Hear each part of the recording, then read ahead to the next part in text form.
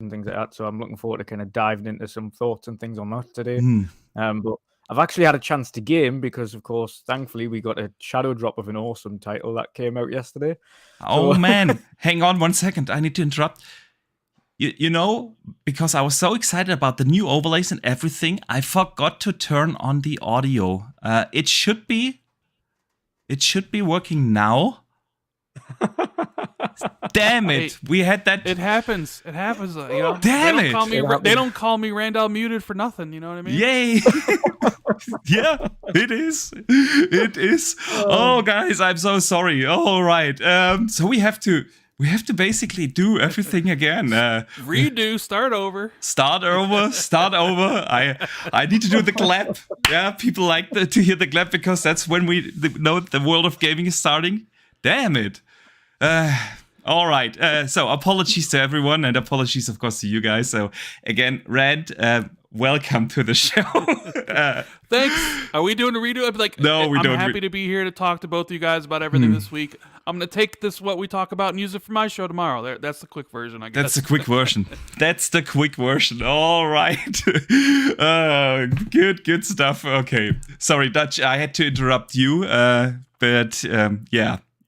Sound is now working. I hope everything. We've got, as you mentioned previously, that obviously you've got fancy new things from Sean Libery. Everything's downsampled from 4K instead of upsampled from 1080p. So yeah, everything's super sharp, super crisp, and of course, if we get some gameplay on in a little bit, you'll see that in super crispy 2K as well.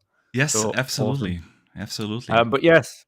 I'm still super happy from the show last night, of course. I've actually had a chance to do a little bit of gaming because the blessings at Bethesda and Tango Gameworks gave us a brand new, awesome title to play. Yeah, they did. So I've had a chance to play a few hours of that.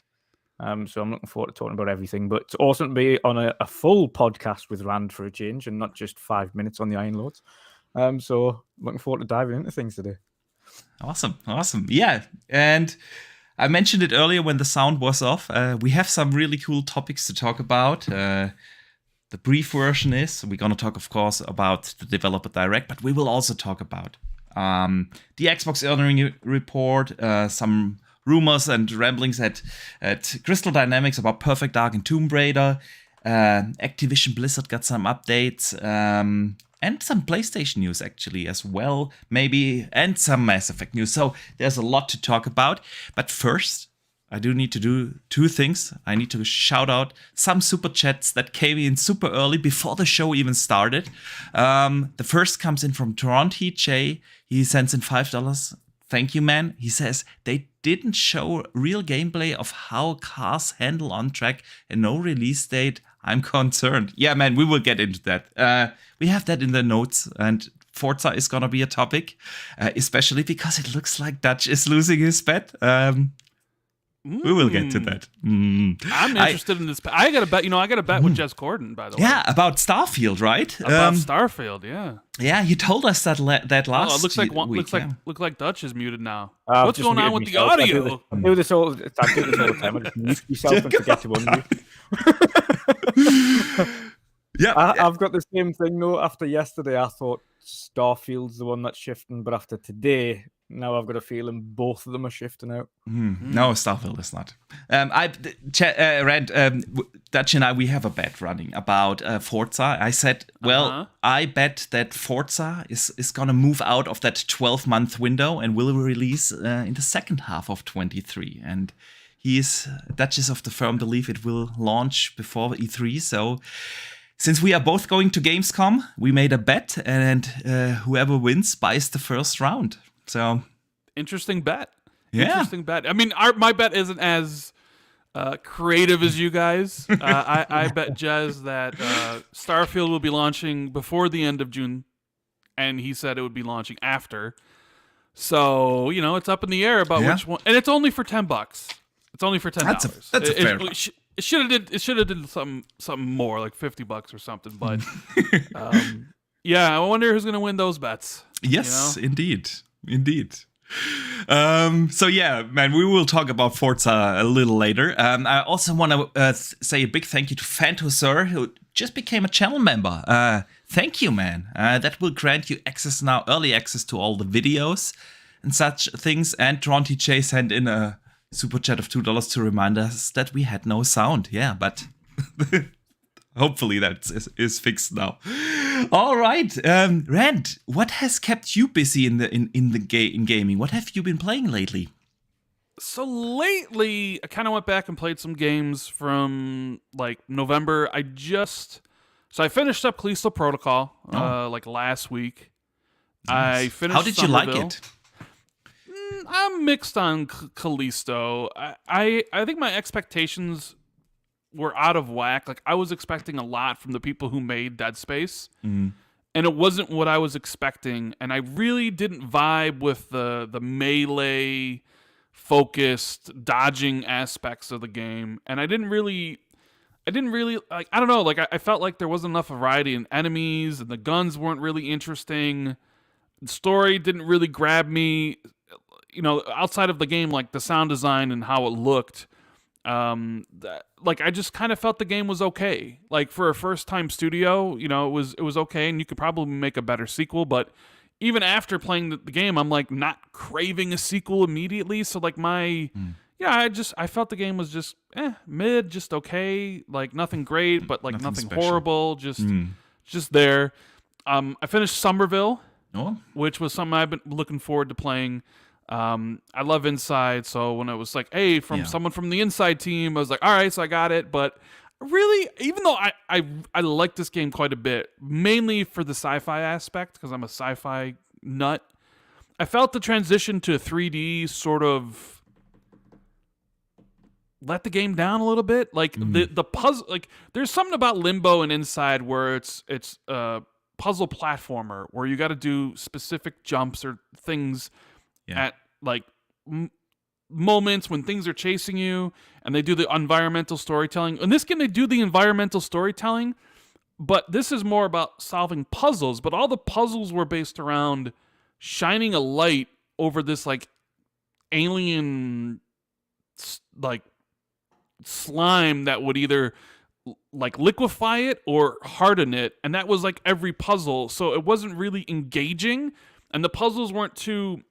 I guess to say the puzzles weren't, you know, sometimes where you solve a really good puzzle and you think to yourself, damn, like, I'm pretty smart. yeah. Like, you feel good about yourself because it was something difficult you overcame. I didn't feel like that for any of the puzzles. So when I was solving them or whatever, they felt more like obstacles in the way rather than like, oh, I really need to think Like hard. rewarding. So it wasn't rewarding. solving, So it yeah. was like, but you know, the sci-fi aspect kept me going. I finished Evil West this week, which that's a 360 game. That is a game that would have been right at home on the Xbox 360. You know, like decent, pretty good gameplay for the most part. A lot of different abilities and perks going up. I against really the enjoyed that vampires. aspect about Evil West. Yeah, I was surprised how much it was melee focused. Yeah. Like they give you a shotgun and the rifle and the crossbow and the revolver, but mostly because the enemies are all charging you, you end up using your melee attacks most of the time, and it just seems like they do most of the damage as well, which I wasn't really expecting.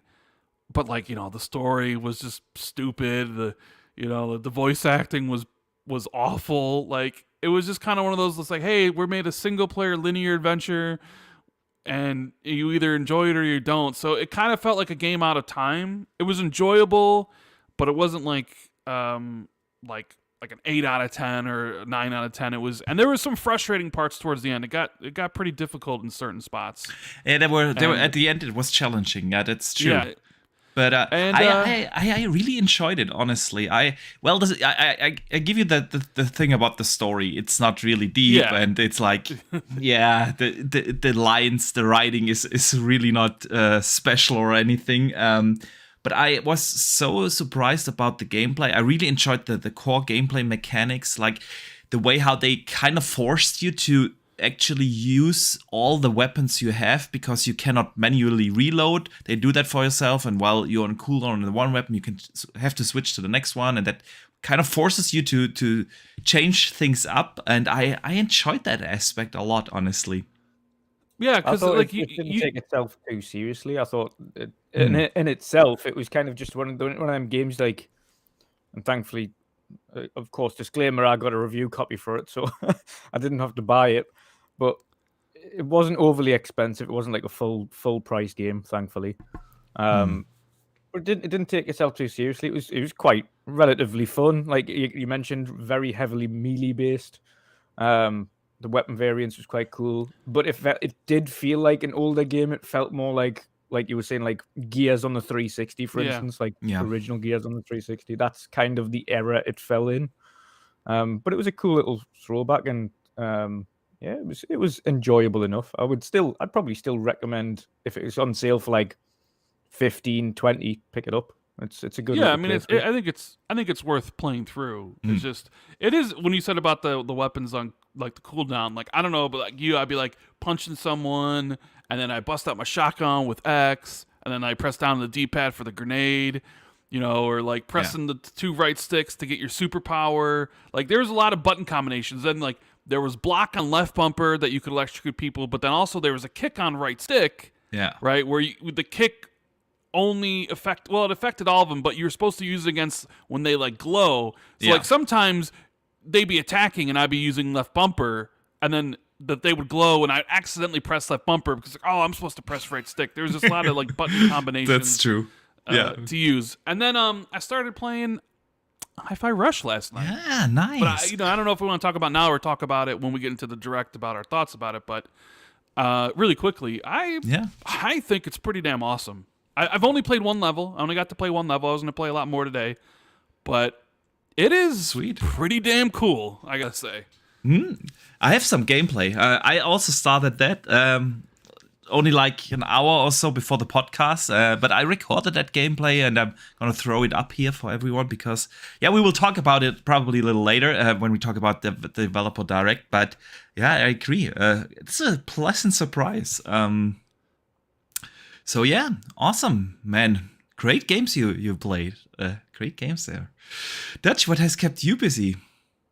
To be honest, outside of making kind of overlays and things for people, the only game I've managed to play is the game we're going to talk about a little bit later, and that is Hi-Fi Rush. I've got 3.5 hours in it there, give or take. Now, of course, I don't know whether or not it counts kind of pause menus and things. So around about 3 hours 20, 3 hours 30 minutes in it so far.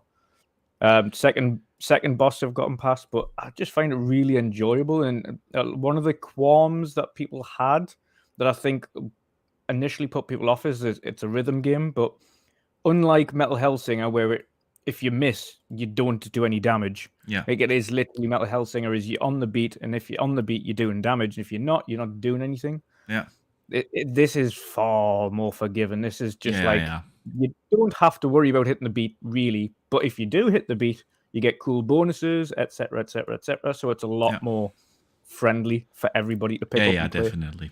definitely. So, but we'll touch more on it when we speak about it. We will do that. Far. Love it. All right. So I myself, again, I also started Hi-Fi Rush, but again, only about an hour or so. And then I played a lot of Monster Hunter Rise this week. I thought you were going to say Age of Empires. Yeah, I get to Age. I get my 2 minutes of my podcast to talk about Age. I get to that in a second. Played Monster Hunter Rise. I've never really gotten into the Monster Hunter games. I tried Monster Hunter World a little bit, but I was like a year late, and everyone I knew was already leveled up, like, I don't know, level 100,000 or whatever. And so I didn't really have someone to play it with, and then I just dropped out. And so everyone kept telling me, you need to stick with it, and you gotta give it like at least 10 or 15 hours. And I did that. And I'm not feeling it. I know I should like the game because it is like an action RPG, and it has loot and grinding and all the things I like in gaming. But for some reason, ultimately the combat and the movement still feels super clunky. That's the don't know problem, what it is. exactly. The combat feels so unsatisfying. I don't know. It is like button mashing, and even I know there are combos, but doing them it really doesn't affect anything. I tried different weapons. None of them feel good, honestly. And so I have like, I don't know, I should have looked it up, 12, 13 hours, I would guess, now into the game. And I'm just not really feeling it. Have you played Monster Hunter Rise, Rand? I have not played any of the Monster Hunter games. Those are Yeah. Jez's games. He loves Monster Hunter. Yeah, I games. know. He was one of the people telling me, you gotta stick with it. And you will fall in love once you get past that the first 3 star levels of monsters, and then it becomes good. And I did that, and I'm not really feeling it. I don't know. So Rand, is it a game you've tried and you don't like us, or is it just a game you've never wanted to try? It's just a game I've never wanted to try or had any desire to actually play. I don't know. I've watched the footage and stuff like that, and it just doesn't seem like a game I would like. You know, I'm older. I'm like in my 40s. I know what the games I would like or whatever. And it's Monster Hunter is never one of those games that was like, oh, that looks really cool. Or any games like my friend group would be, hey, let's play Monster Hunter and do that. You know, so no, I've never wanted to download it or try it out. Maybe I would like it. I don't know, but it's just something I really don't have any interest in. That's one of the main reasons I tried to play it, is because I wanted to find out why it was such a big hit, because it is huge. Monster Hunter is massive. Yeah. And I wanted to find out why people loved it so much. And I kind of understand some of the appeal, but I just don't get how people enjoy the combat. I don't. yeah, me neither. So It just feels so clunky. yeah. And yeah, since there's so much else to play now, I just gonna move on, honestly. And of course, one of my go-to games, Rand, you have to bear with me. I'm super addicted to Age of Empires 4. No, shocker. Shocker, yeah. No one has It's heard of almost at that. its adventure stage now. Yeah. Nobody's heard of that. Hey, there's an Nobody. age game coming to console. Yeah, I know. H2. In a week or a few days, actually. Yeah. H2. And I have passed the 500-hour mark on H4 now this week. And I'm playing online ranked matches, and I have settled in the platinum rank, finally, after being for a long time in the gold rank. And then I lost a couple of matches, and I fell down to the very end of the gold 3 tier again. They have this system with points, yeah. So when you, depending on how fast you beat your opponent, you get points, and every 100 points you have, you rank up 1 level, and then they have like silver 1, 2, 3, gold 1, 2, 3, and so on. And I dropped from 1000 to 1100. You are in the platinum rank, platinum 1. And that's where I was. And then I lost a few matches, and I dropped to 999 points. So it's like, depending on how fast you win a game, you get like 20 to 30 points for winning a match. So I just needed to win one more match. I played one, I won one, and I lost points. I reported it to the support because I was like super pissed. And now I'm again in the mid tier of gold 3, and I have to fight my way back up again. So that's my H4 story for the week. But I'm still loving the game. So yeah. All right. Before we move on to the actual news, let me catch up on some of the super chats, because Sith Lord sends in $5 and says, Rand, we are getting more snow this weekend, and it looks like a good time to play GoldenEye. No. No. Or There'll be H2. no GoldenEye playing in my house. No. Really? There'll be no GoldenEye. Really? Thank God for that. I have enough. I mean, look, GoldenEye is all about people's nostalgia for something that they played when they were teenagers. basically. Yeah, When nice. they really kind of first got into gaming, maybe one of the first FPSs they played, right, on the Nintendo 64. So a lot of people have this nostalgia for this game. Also because like it never really came, unlike other games, it never really came to any other platform. It was stuck on the 64. You could maybe emulate it on PC. So there's this like, oh, come on, GoldenEye. And now it's finally here, but no online multiplayer for the Xbox version, right? And it's like the campaign, it's like, bro, this is a 25-year-old game that's really not getting updated. Yeah. Most people don't even remember how that game played. You're going to play that game now, and I guarantee you're going to be like, you're going to beat that damn level, and then you're going to stop. And you're going to delete the game, and you're just going to try to keep your memories intact. So, no, like, I'm not playing GoldenEye. I don't think I'll play Age of Empires 2 either, unfortunately, Boxburger. I'm not an age person.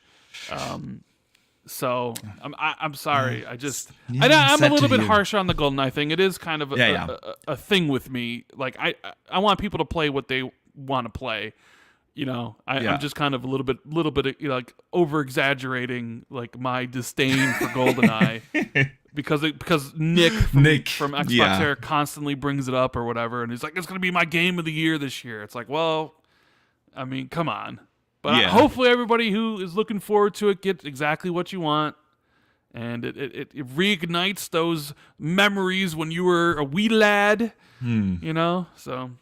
It's never the same, Rand. You all know it. We all know that. It's true. 2 minutes, you turn it on, you're like, look at that menu, the sound, the audio, you start playing, you're like, oh, this is not what I thought it was. Yeah. I'm still going to try it out, though, because it is like the game of my youth, so... It is a game a lot of people's use, but it's just one of those things where it's like you're not really interested in the game. You're interested in the point of life that you were in back then. Yeah. That's what you want to like re-experience and relive. But the game's not going to do that for you.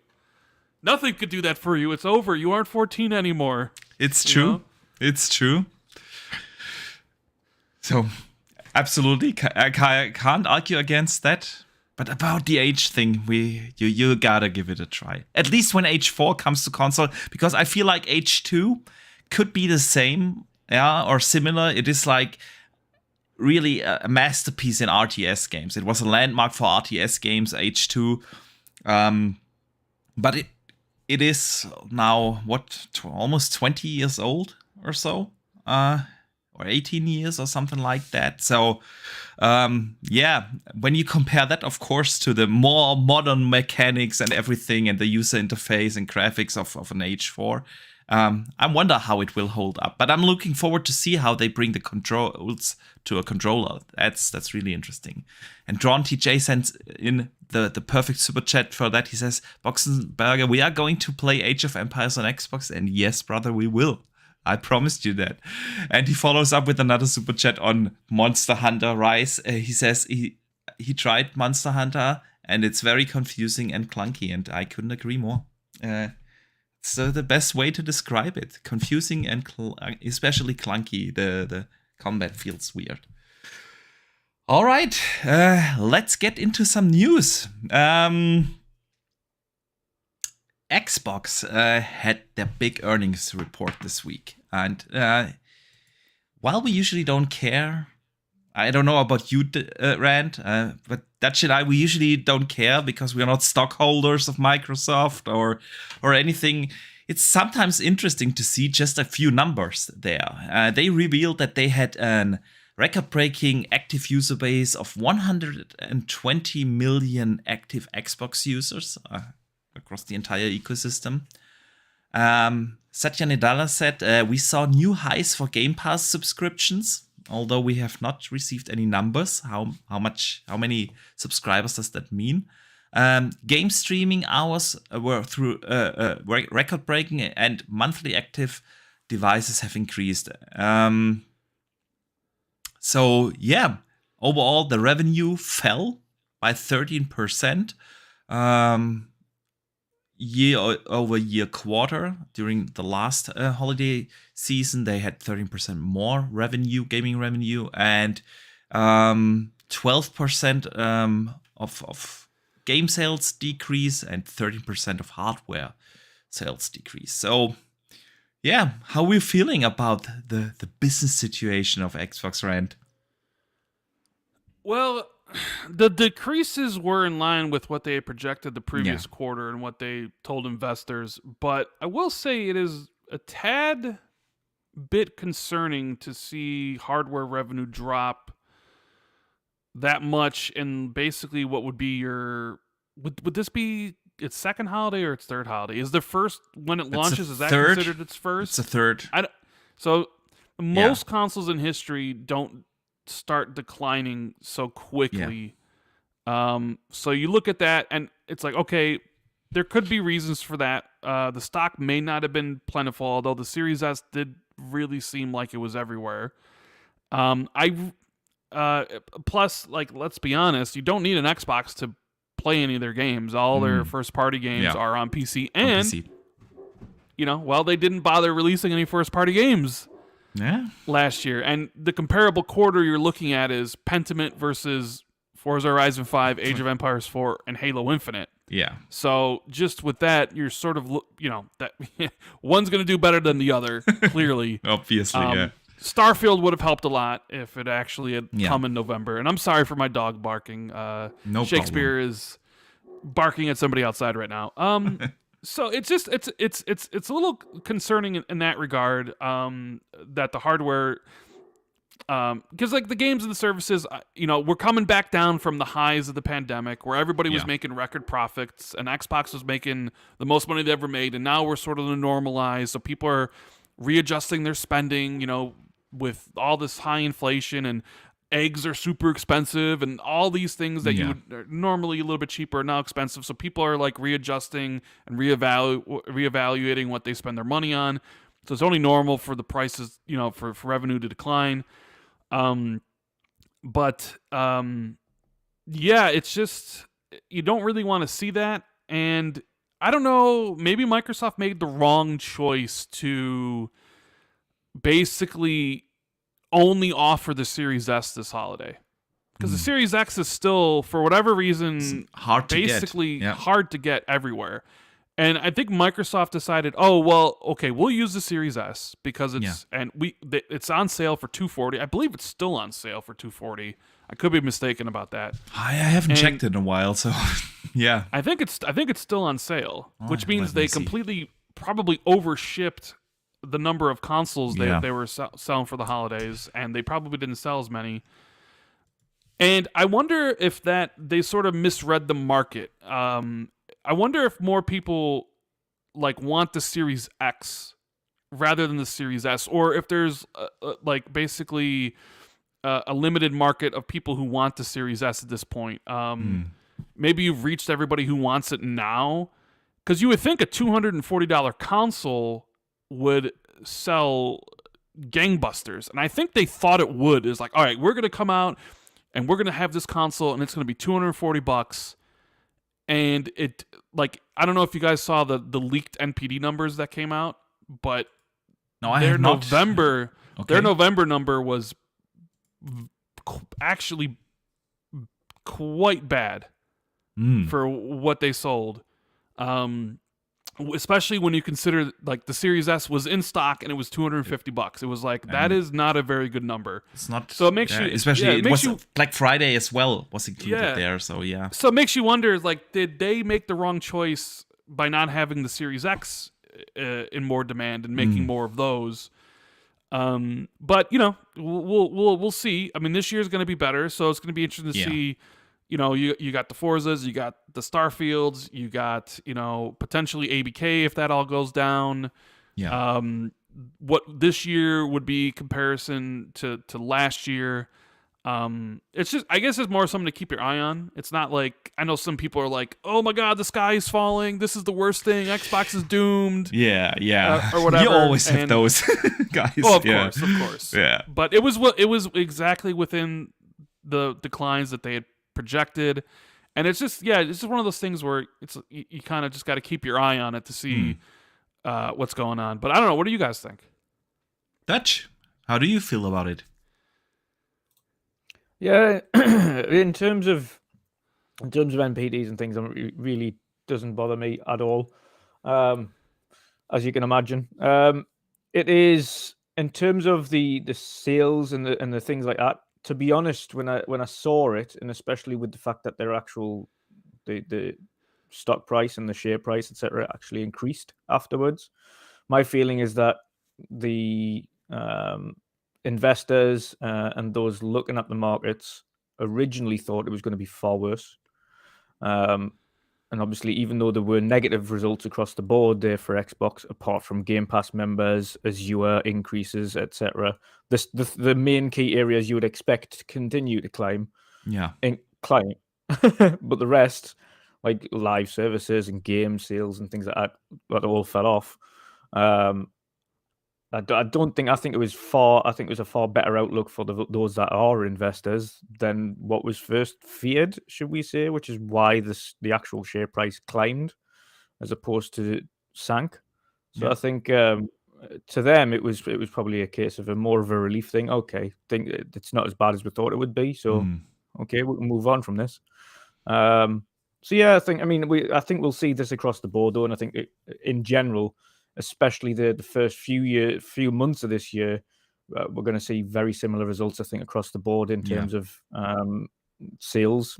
Of course, there are some games that are going to fly off shelves regardless of how broke people are.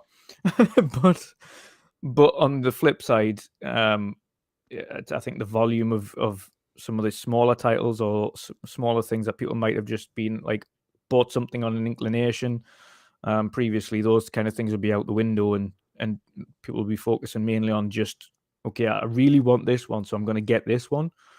And those type of sales, there's going to be those key ones. So there's going to be, of course, if people are buying Starfield instead of getting Game Pass, they'll be doing that. If people are buying Dead Space, for instance, they'll be doing that. And Hogwarts it's already number one seller across everything, and it's not even out yet. So yeah, I think market-wise, I think we're going to continue to see kind of a little bit of a decline over the first half of this year before it even thinks about picking up the second half. So no, it's not a worry at all, to be honest. At them dropping, it's been a rough few months financially, I think, worldwide, and it's going to get worse before it gets better. So. I mean, that's definitely probably one aspect, the worldwide inflation and a lot of countries going into recession. And then, of course, people think twice about spending money on entertainment or something else. But I also think, like Rand said, is it really surprising after a year without any major first-party games or releases? And in addition to that, we also have to mention, I think that should be also mentioned, is that even third-party releases were light last year. Yes, we had a couple of good ones, especially in the beginning of 2022 with Elden Ring and such. But overall, if you compare that to the last couple of years, we had definitely less major AAA third-party releases as well. I'm not saying it was a bad year, but especially in the latter part of the year. I think the latter part of the year, the biggest third-party release was Callisto. Outside of that, you had High on Life, which is Modern Warfare 2 in November, and then of course on PlayStation you had games like God of War, but that doesn't do much for Xbox. So I'm not surprised. Exactly. Overall, I felt for a long time last year that after two really gaming-wise exciting years in 2020 and 2021, where we had like the console launch in 2020. Yes, I know the pandemic hit a lot of people hard, but for gaming, it did really well. It was like the activity everywhere went to. Gaming sales numbers went up everywhere. And in addition to that, you had the excitement of a console launch. And then we had the first year of the new generation in 21. And Xbox actually had a couple of awesome games there with Horizon and Halo and Flight Sim and Psychonauts. And then 2020 was like the entire year, the story was ABK and what happened at ABK. And there wasn't really much going on outside of this for a long time, and we had like a couple of months where we simply didn't have any major releases. So I think that added as well to the overall decline of game revenue. But I think the point of Microsoft not having enough Xbox Series X's in store is a really good one. I haven't thought about it that way, but I think I can agree to that. I know actually quite a few people that do not want to upgrade to the Series S, but they want to upgrade to the X. But it's still really hard to get here, at least here in Germany. So yeah, not really surprising, the numbers. And yeah, let's keep an eye out this year. It looks fantastic. And yeah, the show yesterday was a statement to that Xbox has an exciting year ahead.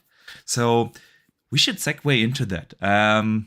But first, let me thank DrawnTJ because he has a question. And sends in a super chat and says, I got to ask, why is the Series X not on sale? It's been 2 years. Well, I would assume, why would you put it on sale when you sell every unit at full price? There's really no reason of doing a sale for the consoles. What do you guys think? That's When you competitors priced higher. Yeah, I was going to say when your competitors priced higher as well, there's no need. Yeah. Why put it on sale when the competitors higher? I mean, also cheaper. The Series S being on sale is also abnormal so quickly into a gen, which normally does not happen. Price cuts don't happen for a good amount of time. So to expect one on the Series X, which also is probably really expensive to make. I mean, Phil's talked about that, how, he mentioned how they might have to raise the prices of their games, which they did. Yeah. Or maybe the price of their subservice or the price of the console. I would imagine the Series X they're probably losing money on the Series X. And so I think they're in the process now of shrinking it from 7 nanometer to 6 nanometer, like Sony just went through, and Sony's going to have their, according to at least Tom Henderson, basically like a version 2 of the PS5 coming this year or whatever, which reduces production costs and all that good stuff. I think Microsoft's in the process of that now, which maybe could explain why there isn't a lot of stock, or they're using most of the Series X stock for the cloud, because the cloud is basically powered by Series X's, the Series X hardware. So yeah, to expect the Series X to be on sales so early into the gen is not realistic. In fact, they just announced the Forza Horizon 5 bundle, which actually increases the cost to $550. Just very similar to how Sony does it with their pack-ins, where it's $550 for the console and God of War or the console of Horizon. It's a nice way to sort of increase the price of the console without actually increasing the price of the console. Because you actually give a game and the game has value. So I wouldn't expect a price drop on the Series X for maybe I would say ever. I mean, it's quite possible they don't do it for a couple years at this point, So. As long as they are selling the units they can make, there's really no point in doing a sale or a price reduction at all. And it's funny you mentioned that Tom Henderson thing, because I said for a while now that I fully expect both of them, Sony and Microsoft, to do a slim version very early in this gen, simply because of the fact that semiconductor prices and chip prices are so high right now, and the logistics around them are so complicated, and a slim version would make more sense from a business perspective than ever, because today AMD can manufacture the same die at half of the size, or at the same size with half the wattage usage, and then therefore reducing cooling and everything. So there's a lot of possibilities to shrink the console down already. And given all the circumstances and the price increases and everything, the logistics, it would make more sense than ever to bring out a slim version. So yeah, I expect one to see this year or early next year, honestly. But no insider knowledge, just me guessing. Yeah, I don't know how they could possibly slim down the S more than it is. Having seen the internals of it, there's not much room for maneuver there, apart from the most changing of the parts of the internals of the Series S are cooling. That's what basically defines the size. Yep. If you reduce, if AMD manufactures, you go to vapor cooling, it might be easier, but then but you can manufacture the same the die at the same size, and it has half the wattage usage. So you can reduce cooling significantly and therefore shrink it down. So, yeah, we shall see. I don't know if they do a slim on the Series S though. My guess is more towards the high end console, so Series X. The thing with the X is it would be the split motherboard. That's the only thing. It's like it would be a redesign if they had to. Yeah, sure. Bring it down. Would be a redesign, definitely. A complete redesign. What about mid-gen upgrades? What about PS5 Pro or Xbox Series XL? Coming. You think those are happening? Sure. Yeah. I mean, I don't know what you would call it. I don't know what you would call it.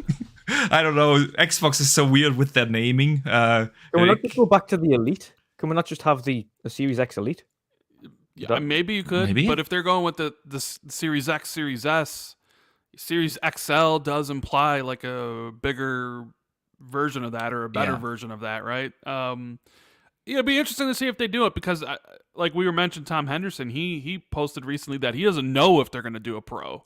Yeah, he says he's heard more about the PS6 than like a mid-gen upgrade. Yeah, and similar things about the Xbox. Like nobody's really talked about it. I definitely feel that the Slim for the Series X is probably on the way, or at least a redesign to get the cost down. But the way this gen started with nobody able to buy consoles for 2 years. Yeah. And basically all the games getting delayed because of the pandemic and pushing those further out. Like this seems to be the first year, like the real first year of next gen. I wonder how much longer this gen is going to be than normal. Is it going to be like 8 or 9 years? And if so, do you do a mid-gen in 2025? 20, because it's halfway through. Like when you look at like last gen, PlayStation did the mid-gen refresh in 3 years 2016, 3 years in. So that would mean 23. 2017. Yeah.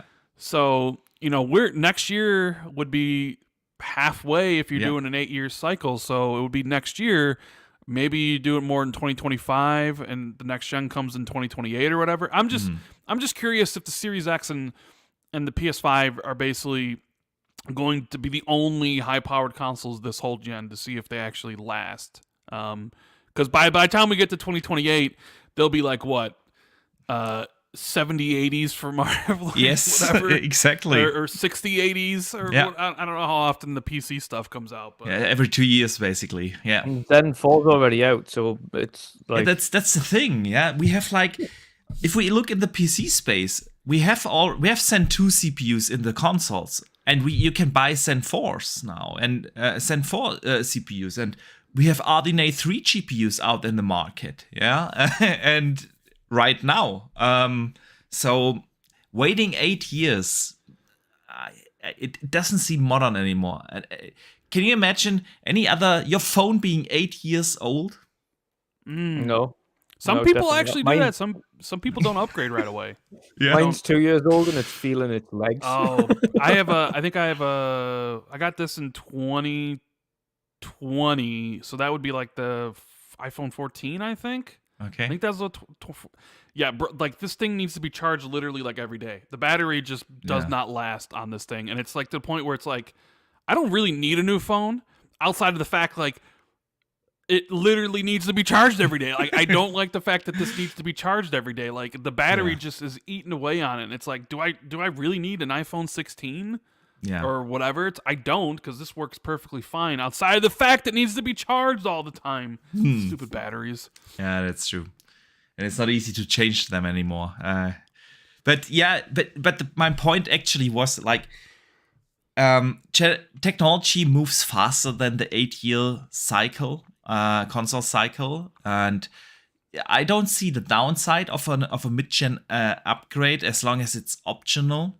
So yeah, and given the success of both of the One X and the PS4 Pro, I would be surprised if they don't do one.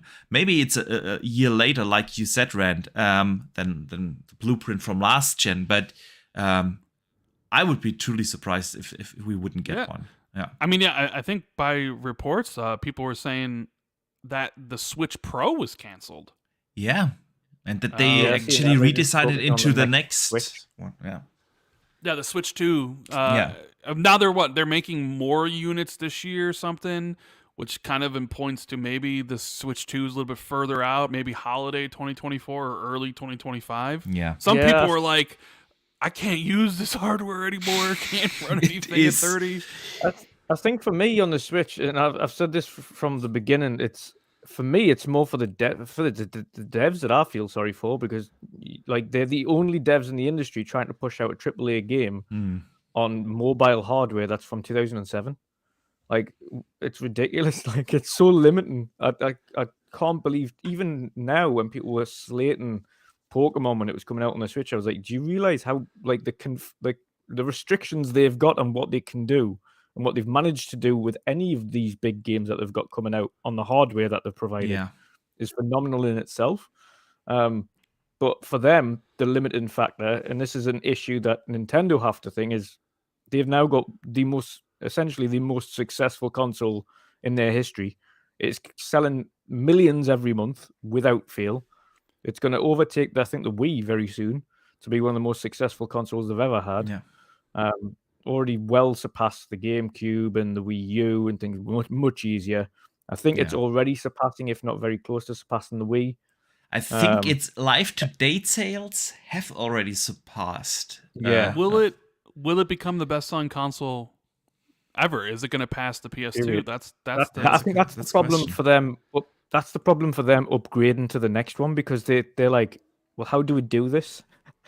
Like, you leave a massive like, we're install base literally behind. selling millions of these things every month. How we know we need to upgrade in order to progress, but how do we actually do this? And this is, I think, that's one of the main factors of them canceling the Pro, was because they thought, like, if we're actually going to do it, we need to do something substantial, and not just the Switch Pro, because they've already got the OLED, which has already improved the visuals of the actual handheld significantly.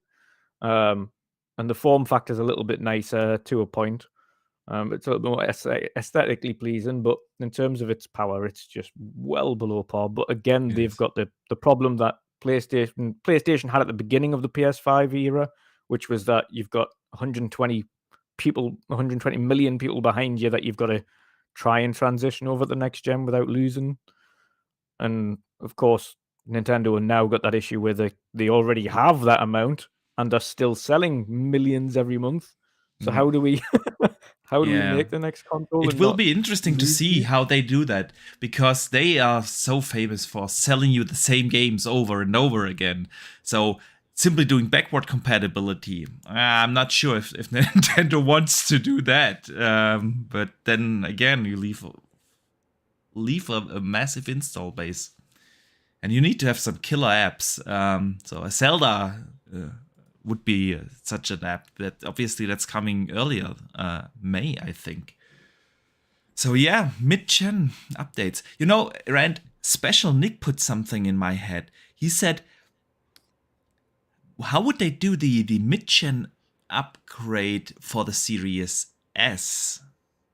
And what if they make the Series S mid-gen upgrade into a portable version, like a handheld thing? Yeah. A lot of people want a portable Xbox, and they're just like, it'd be so easy to just turn the Series S into a portable handheld. And it's like, you really think so? Look at the Steam Deck. The Steam Deck is basically $400-$500, and it's nowhere near the power levels of the Series S. I don't think it's like realistic to expect them to take the Series S and turn it into a handheld. And who's to even say they would do an upgrade for the Series S? Like, so because it's like, so wait, are they going to do a mid-gen upgrade for the Series S and then a mid-gen upgrade for the Series X? So essentially, you're going to be having 4 consoles the OGS and the That's the OGX, and then I don't know. That's too. In my opinion, that's too much at that point. And we don't even know if the mid-gen refreshes are actually going to happen. Maybe all the problems with getting chips and stuff really screwed everything up, but we'll find out eventually. Somebody will get code names, stuff will leak, people will talk. And, yeah. All right. My only thing with it, I was going to say, was that it is only this year we're starting to see games that are only for these consoles. Like, if there wasn't the delay in the gen that we've had with things getting pushed back due to COVID and things like that consistently, and only just getting them games now, like to almost 2 years into the life, we might have had these refreshed consoles like next year, the year after, but I think it's becoming less likely to get them sooner rather than later because the consoles haven't been used to their fullest ability as it is anyway yet. We haven't even seen them be used properly. We've still got cross-generational games out and things like that at the moment, so I think until we see the point where they've pushed these consoles, okay, this is as far as we can go here, and these are the limiting factors, I think it's going to be at least another 3 years until we get a refresh. By that point in time, we would already be able to talk about a proper new gen, honestly. But we shall see. Let's catch up on some of the super chats on this topic, and then we need to move to the developer direct. We're already an hour into the show, man, and but Dutch and I, we always do that rant. We have like a list of 20 topics we want to talk about. 20 topics. Or sometimes today it's not that much. It's like I don't know. 12, 13 topics I have on the list, potential topics, and we get to the second one, and then we go off rails, and I don't know how to bring the show back. So, but we definitely need to talk about the developer direct. So, yeah, let me catch up on the super chats. Dave Ramos, would you choose an Xbox X Pro or S Pro with updated GPU? Or with more internal storage, e.g. a Series S with 1 terabyte. He would choose the GPU and cheaper expandable storage, and the Series S mid-gen with 2 gigabytes more of RAM. The RAM seems to be the biggest issue for the Series S, according to people. So that would make sense. Cheap. It's not cheap to put more RAM in there. Indeed. I thought he was talking about like SSD storage. Yeah, and that's the two-parted question. So yeah, he would choose a better GPU and a better RAM, or more 2 gigabytes of more RAM, instead of doing the upgrade with just bigger internal drives. I don't get but that's just me. I don't get why people need big internal storage. I have like 3-4 games installed on my Xbox. I have like 2 games that never leave my hard drive, and then I have like the 1 or 2 games that I play at the moment, and those are all that are installed. I finish a game, I delete it, I move on. I'm a digital hoarder. So how many games do you have installed right now then? The Series X has got the hard drives in it, and I have 550 installed on Series X. And on the Series S, that is full, of course, with its internal. I don't have the memory card for the back of it. But that's got 15 games installed on it. That's quite a lot, but that's I've always got a good mix of AAA and indies on. So, yeah, there's always a few, but there are always ones that I'm right. Okay, these are the sets that I'm playing, but my ADHD just dictates whatever I play at any time. So, right, I think I have 65 games installed on my Series X between like the internal hard drive and then the 1 terabyte expansion. Okay. Yeah, but I'm not playing all those games. There's just like games like I want to play at some point, so there's no reason to delete them. But normally, when I beat Evil West, it was deleted right away. I beat Callisto, it was deleted. So that's what I do when a game is finished, and there is no need to go back to it. Then it gets removed. I'll keep it on the little thing into a folder that says completed, but I'll uninstall it. Okay. I don't need that. When I'm done with the game, I'm done. I uninstall, and if I want to play it again, I just download it again. It's like, it's always unlimited data. No data caps. because I had the discussion with Xbox Mike at some point when I told him I just bought Destiny the Witch Queen, that was like the last sale, and then he said like, hey man, I wouldn't have the space for it, and I was like, geez, I have 700 gigs of free space available. No problem. Just me though. I don't want to miss the super chats. Stuffed Sean said, mid-gen X, more power SKUs, handheld, same SKU. Yeah, man. Handheld, I would love it, but I don't think it's gonna happen. Itchy sends in $2. Thank you, man. He says, when do you think we get the Starfield Direct? Man, I'm gonna save that one as a segue. Then we have Thanaros. He says, word on these digital streets is that Rand knew about Hi-Fi Rush beforehand. Is this true? What was the question again? Word on these digital streets is that Rand knew about Hi-Fi Rush beforehand. Is this true? I mean, I knew that it was going to be at the show. I didn't know. I was told a couple days beforehand that Forza was getting a delay, but even the guy who told me was like, the source on this is not very good. So I was like, Forza was getting delay, and that something was going to get shadow dropped. And Jez had told me that he knew that for a fact that Hi-Fi Rush was going to be at the show. Jeff Grubb had talked about, I think was the very first one to talk about Hi-Fi Rush back in December of last year, saying that he was going to be revealed. And then there was like a leak that talked a little bit about it being a rhythm-based brawler with the art style of Jet Set Radio. So, I mean, I knew it was going to be there. I didn't know it was going to be shadow dropped because I thought GoldenEye was going to be the game that was going to be shadow dropped, which they announced before the show. Yeah. So, but I mean, like, look, I'm not an insider by any stretch. Like, people that tell me stuff, but like, I don't know if it's actually true. Like, you know what I mean? Like, yeah. Like even me saying like, oh, I knew Hi-Fi Rush was going to be there. It's like, but I really don't. Like, I'm just going off of like what other people tell me and how they feel. Like, oh, this is 100% locked in. I don't know. It's not, nobody from Xbox has given me any information. This is all secondhand, third-hand info from other people, and sometimes it's right and sometimes it's not, and you got to figure out who's trustworthy and who always, because not everybody gets always everything that they tell you always happens. But it's not like, oh yeah, like I knew exactly what Hi-Fi Rush was or what it looked like or all, and it's like things like, no, it's just like, it's just like, yeah, it's really, what was it, just a title? It's like, and you're trying to imagine in your head what it would be. So I mean, I guess maybe there's some truth to that, but not in the way that you would think, I guess. Yeah. I get that. I've probably not even close to the same contacts like you do, but sometimes you get told stuff by people.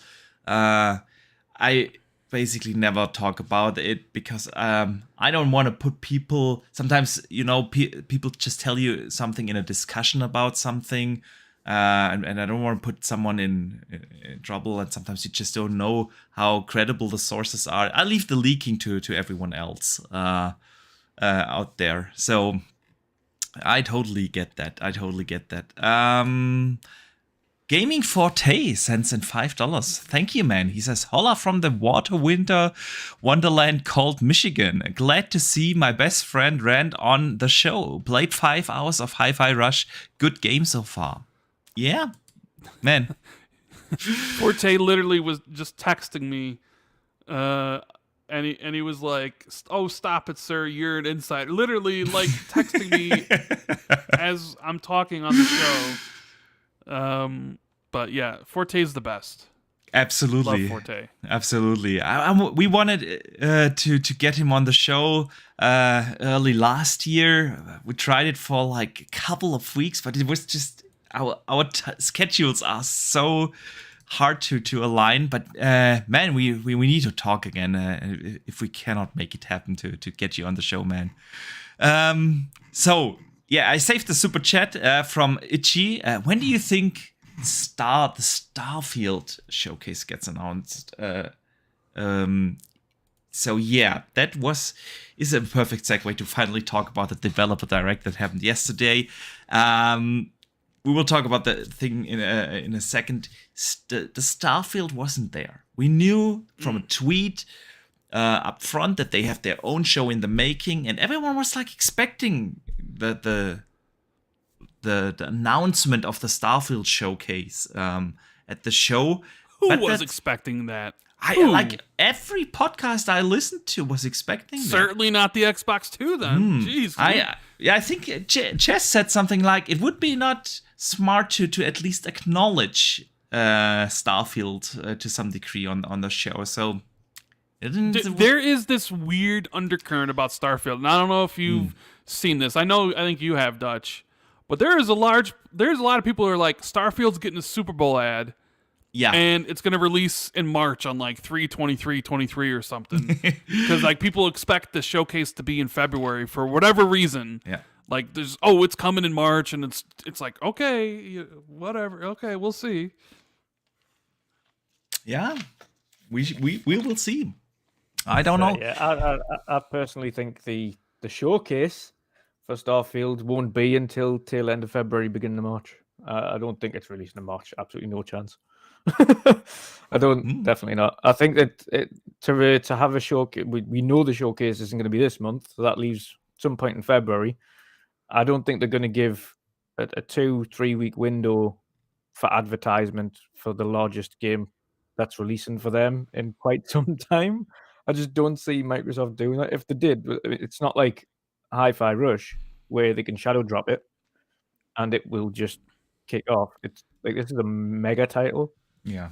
Like it isn't kind of a small, like, kind of, I wouldn't say passion project, because I think it was about 30-40 people working on that one as well, so it's not the biggest studio, but obviously not the smallest within Tango. But it's Starfield. It needs advertising properly. It's not just a little one. You need to go all out for that game, so that's not released in March. And you could shadow drop Hi-Fi Rush because it's digital only. Starfield's going to have physical copies. Yeah. So, and collector's editions. Yeah. All that jazz.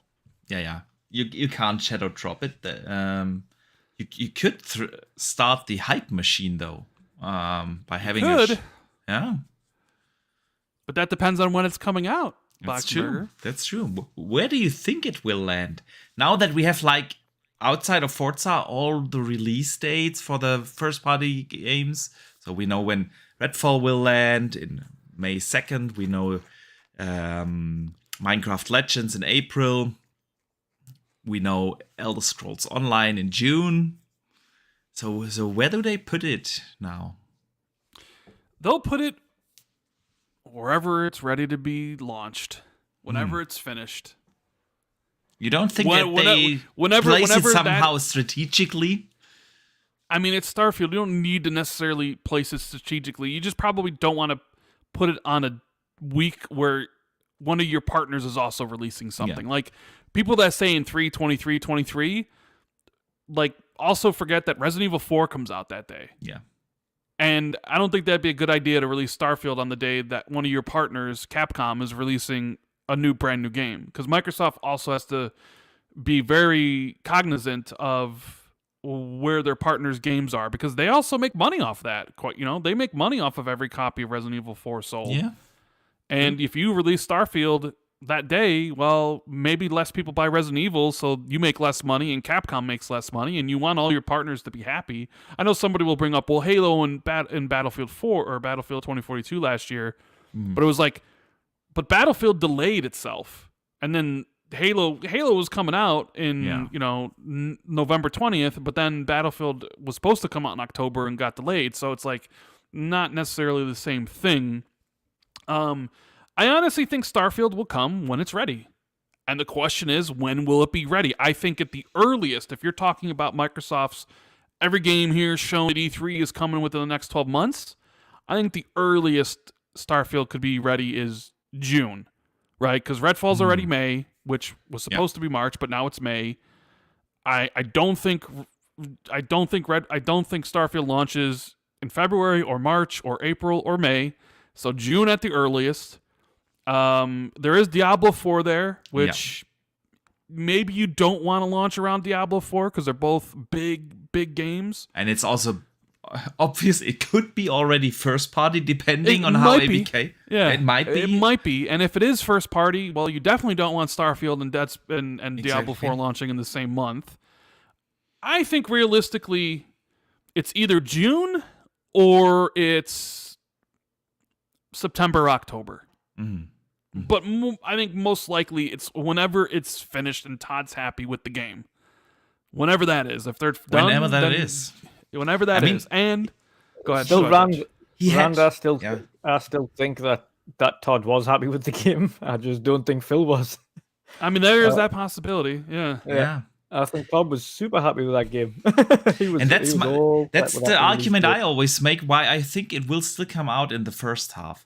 Because when Todd set that date, 11/11/22, I believe that he actually thought he can hit that date. And then Microsoft probably stepped in and said, well, we can't have a Bethesda game. Yeah, like they are really known for their games and their bugs at launch. And for Xbox, Starfield is like the biggest launch they have had probably ever, or at least definitely up there. It's like Halo 3 level. Starfield is massive for Xbox, and they want to have that game as polished as possible. But to iron out a couple of bugs, how long do you actually need for that? 6 months? That would put them in April? Yeah, if you is it 8 months? Depends how big this book says there was. Yeah, I know what you mean, but yeah.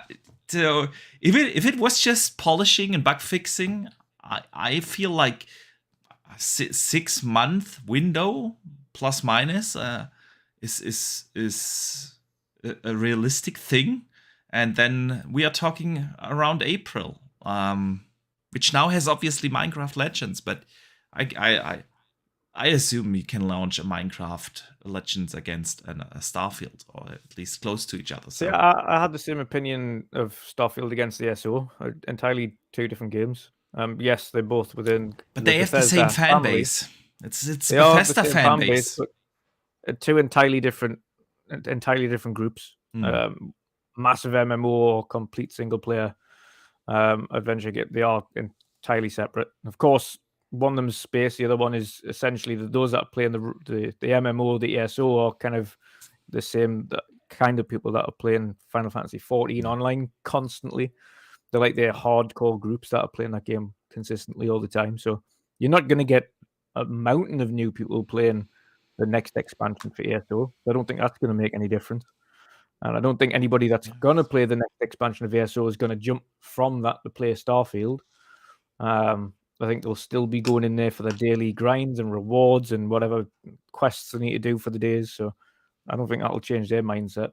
I'm more with Rand on this one. I think now that I am more convinced now that Forza isn't going to make it. I think it's going to come out in the regular Forza slot now, at like that August, September mark.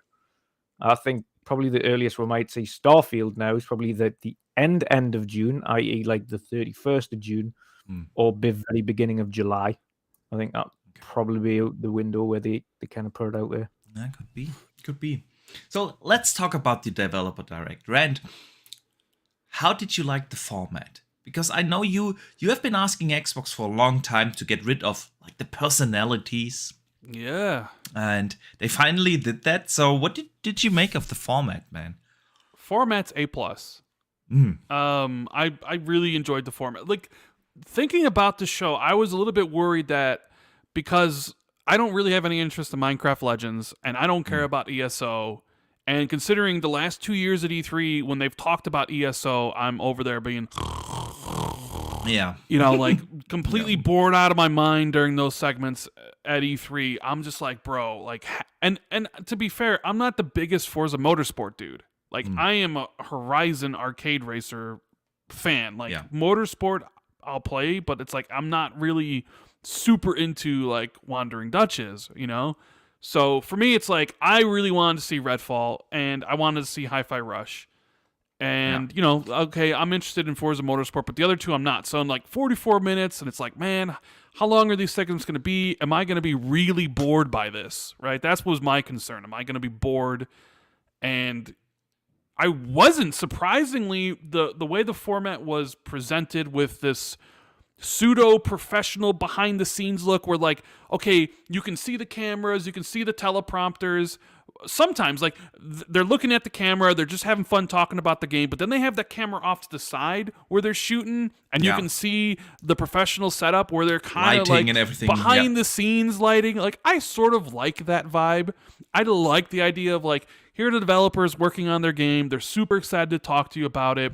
And it was mostly, and they were just on screen for just enough, the right amount of time, where they would intro something, it would go to like, you know, the gameplay, and then they would talk over it. Like the presentation and the production values were so good that I actually was interested in what they were saying about Minecraft Legends and even ESO, which I have zero intention of ever actually playing. I was like, damn. Because I'm contrasting and comparing to how they did it at E3, and it's like the E3 stuff is snooze fest, and this was like, it got me thinking, like, man, ESO sounds cool, right? So I agree. they completely nailed it out of the park with the presentation and the format.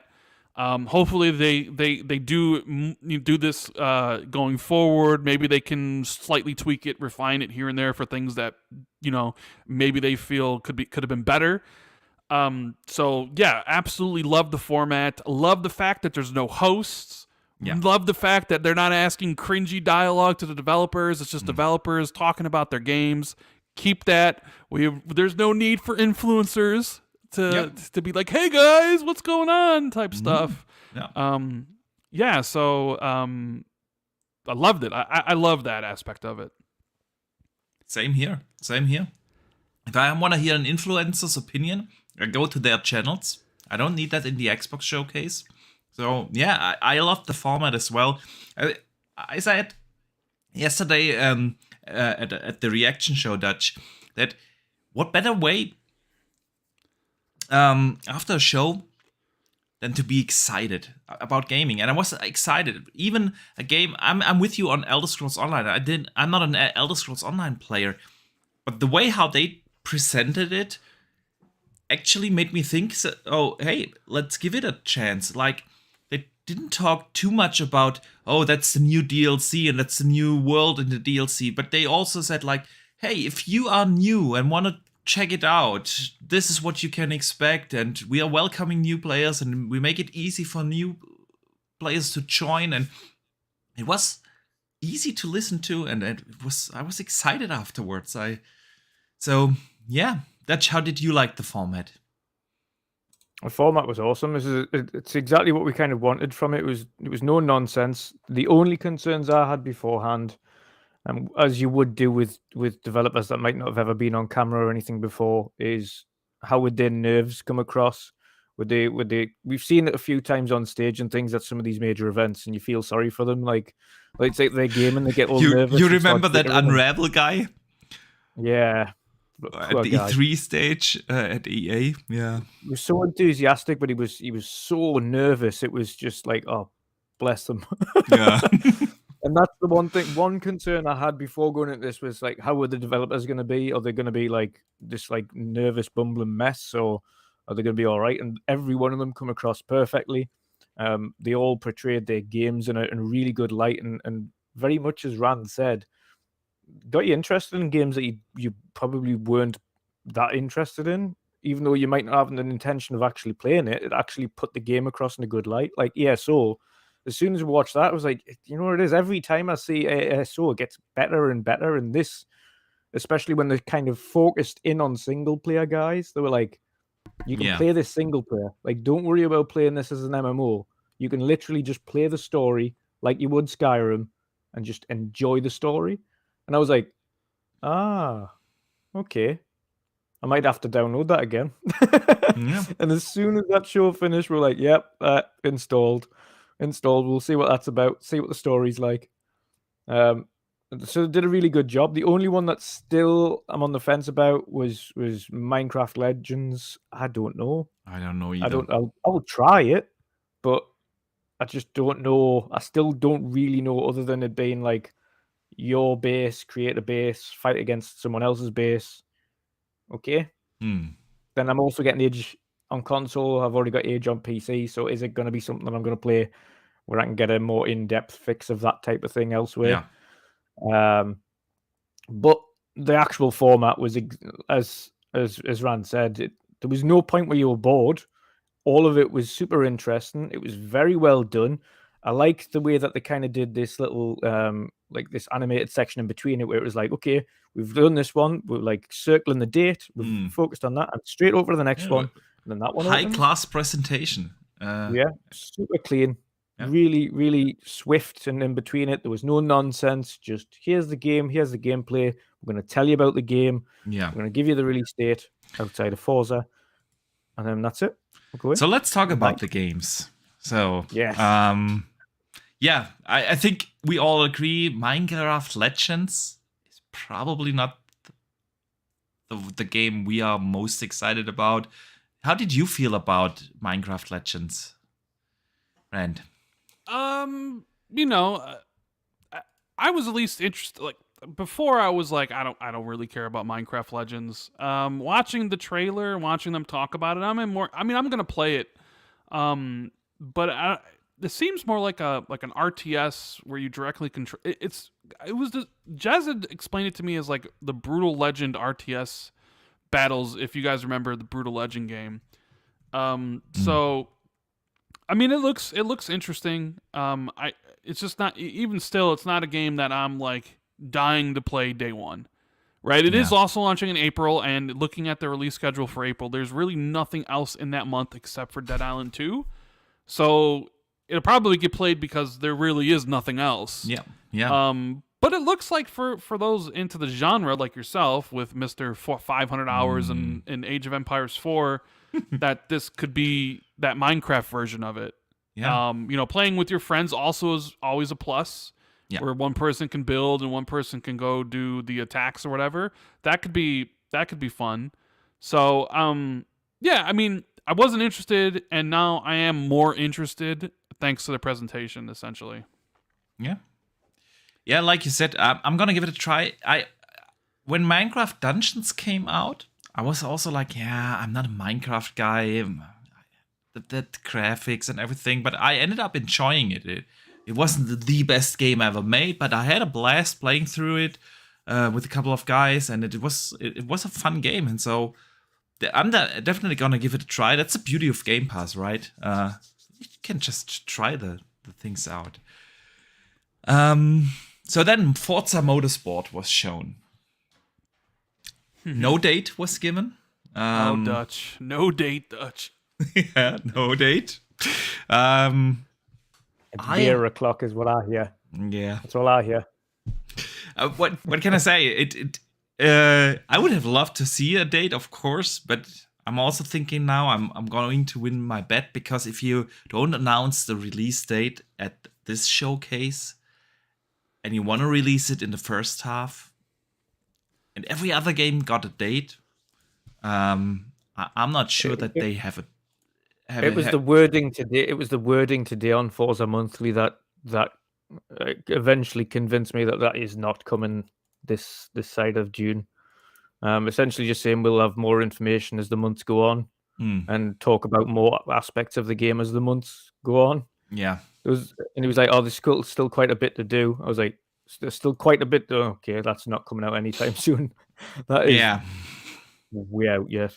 So then, also they have not shown really much actual gameplay. It was more like always like these shots from in-engine scenes, but we have not seen like a continued race or anything. Yeah, like replay modes was kind of what modes. Yeah. I mean, again, it does look fantastic. It it's dropped that gorgeous. They confirmed again 4K 60 FPS with ray tracing on in during the races. It's gonna be a lookout, no doubt. And what I really was excited to hear is that they have like a single player campaign. It was rumored for a long time, and they confirmed that it will have like a campaign mode. So yeah, it did look great. What did you think, Rand? You mentioned the single player mode. I sort of wish they did talked more about that during this thing rather than the typical, our game looks so beautiful, it's the best game ever made, we got 800 cars and all these, like, they do that for pretty much every reveal for these like Forza games, where they talk about the technical aspects of it.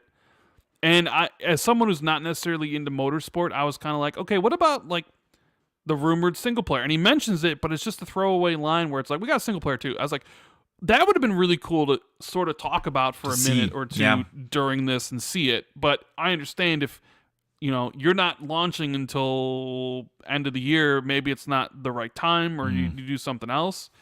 I mean, I watched the show on my OLED, and like the part of these streams is that these things are always capped at 1080p 60 for the most part.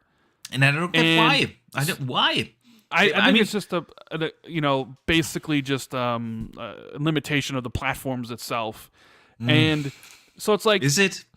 Come on, we're streaming the world of gaming right now at 1440p, and nothing is keeping us from streaming at 4K outside of my crappy bandwidth I have here in Germany. I think aren't YouTube premieres capped at 1080p? I'm not sure you can do a YouTube premiere at 4K. Yeah, sure, the premiere. Yeah, they could do it as a live stream and just have it set to just go live, and then have a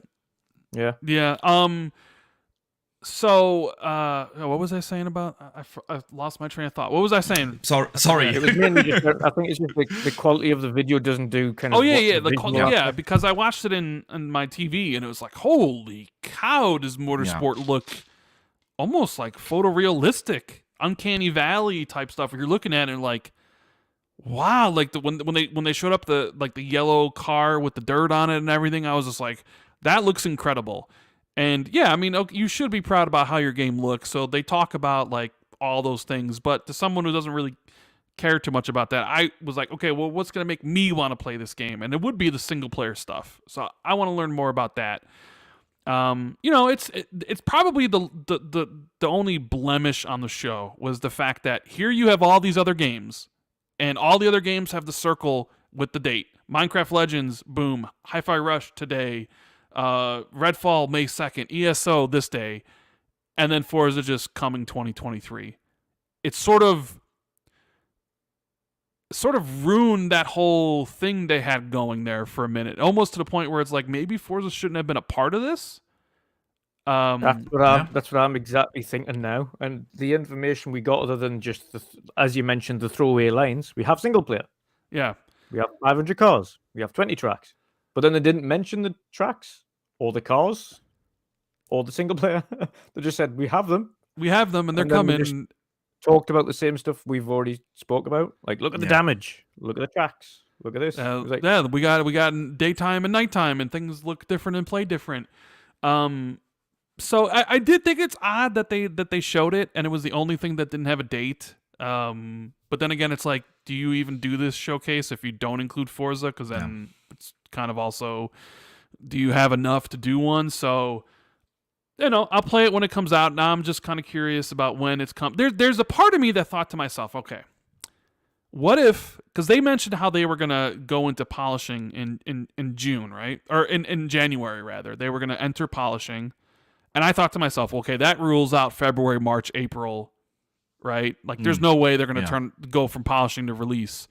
And it's like, okay, Redfall's May, and I'm like, they're not going to release it during May.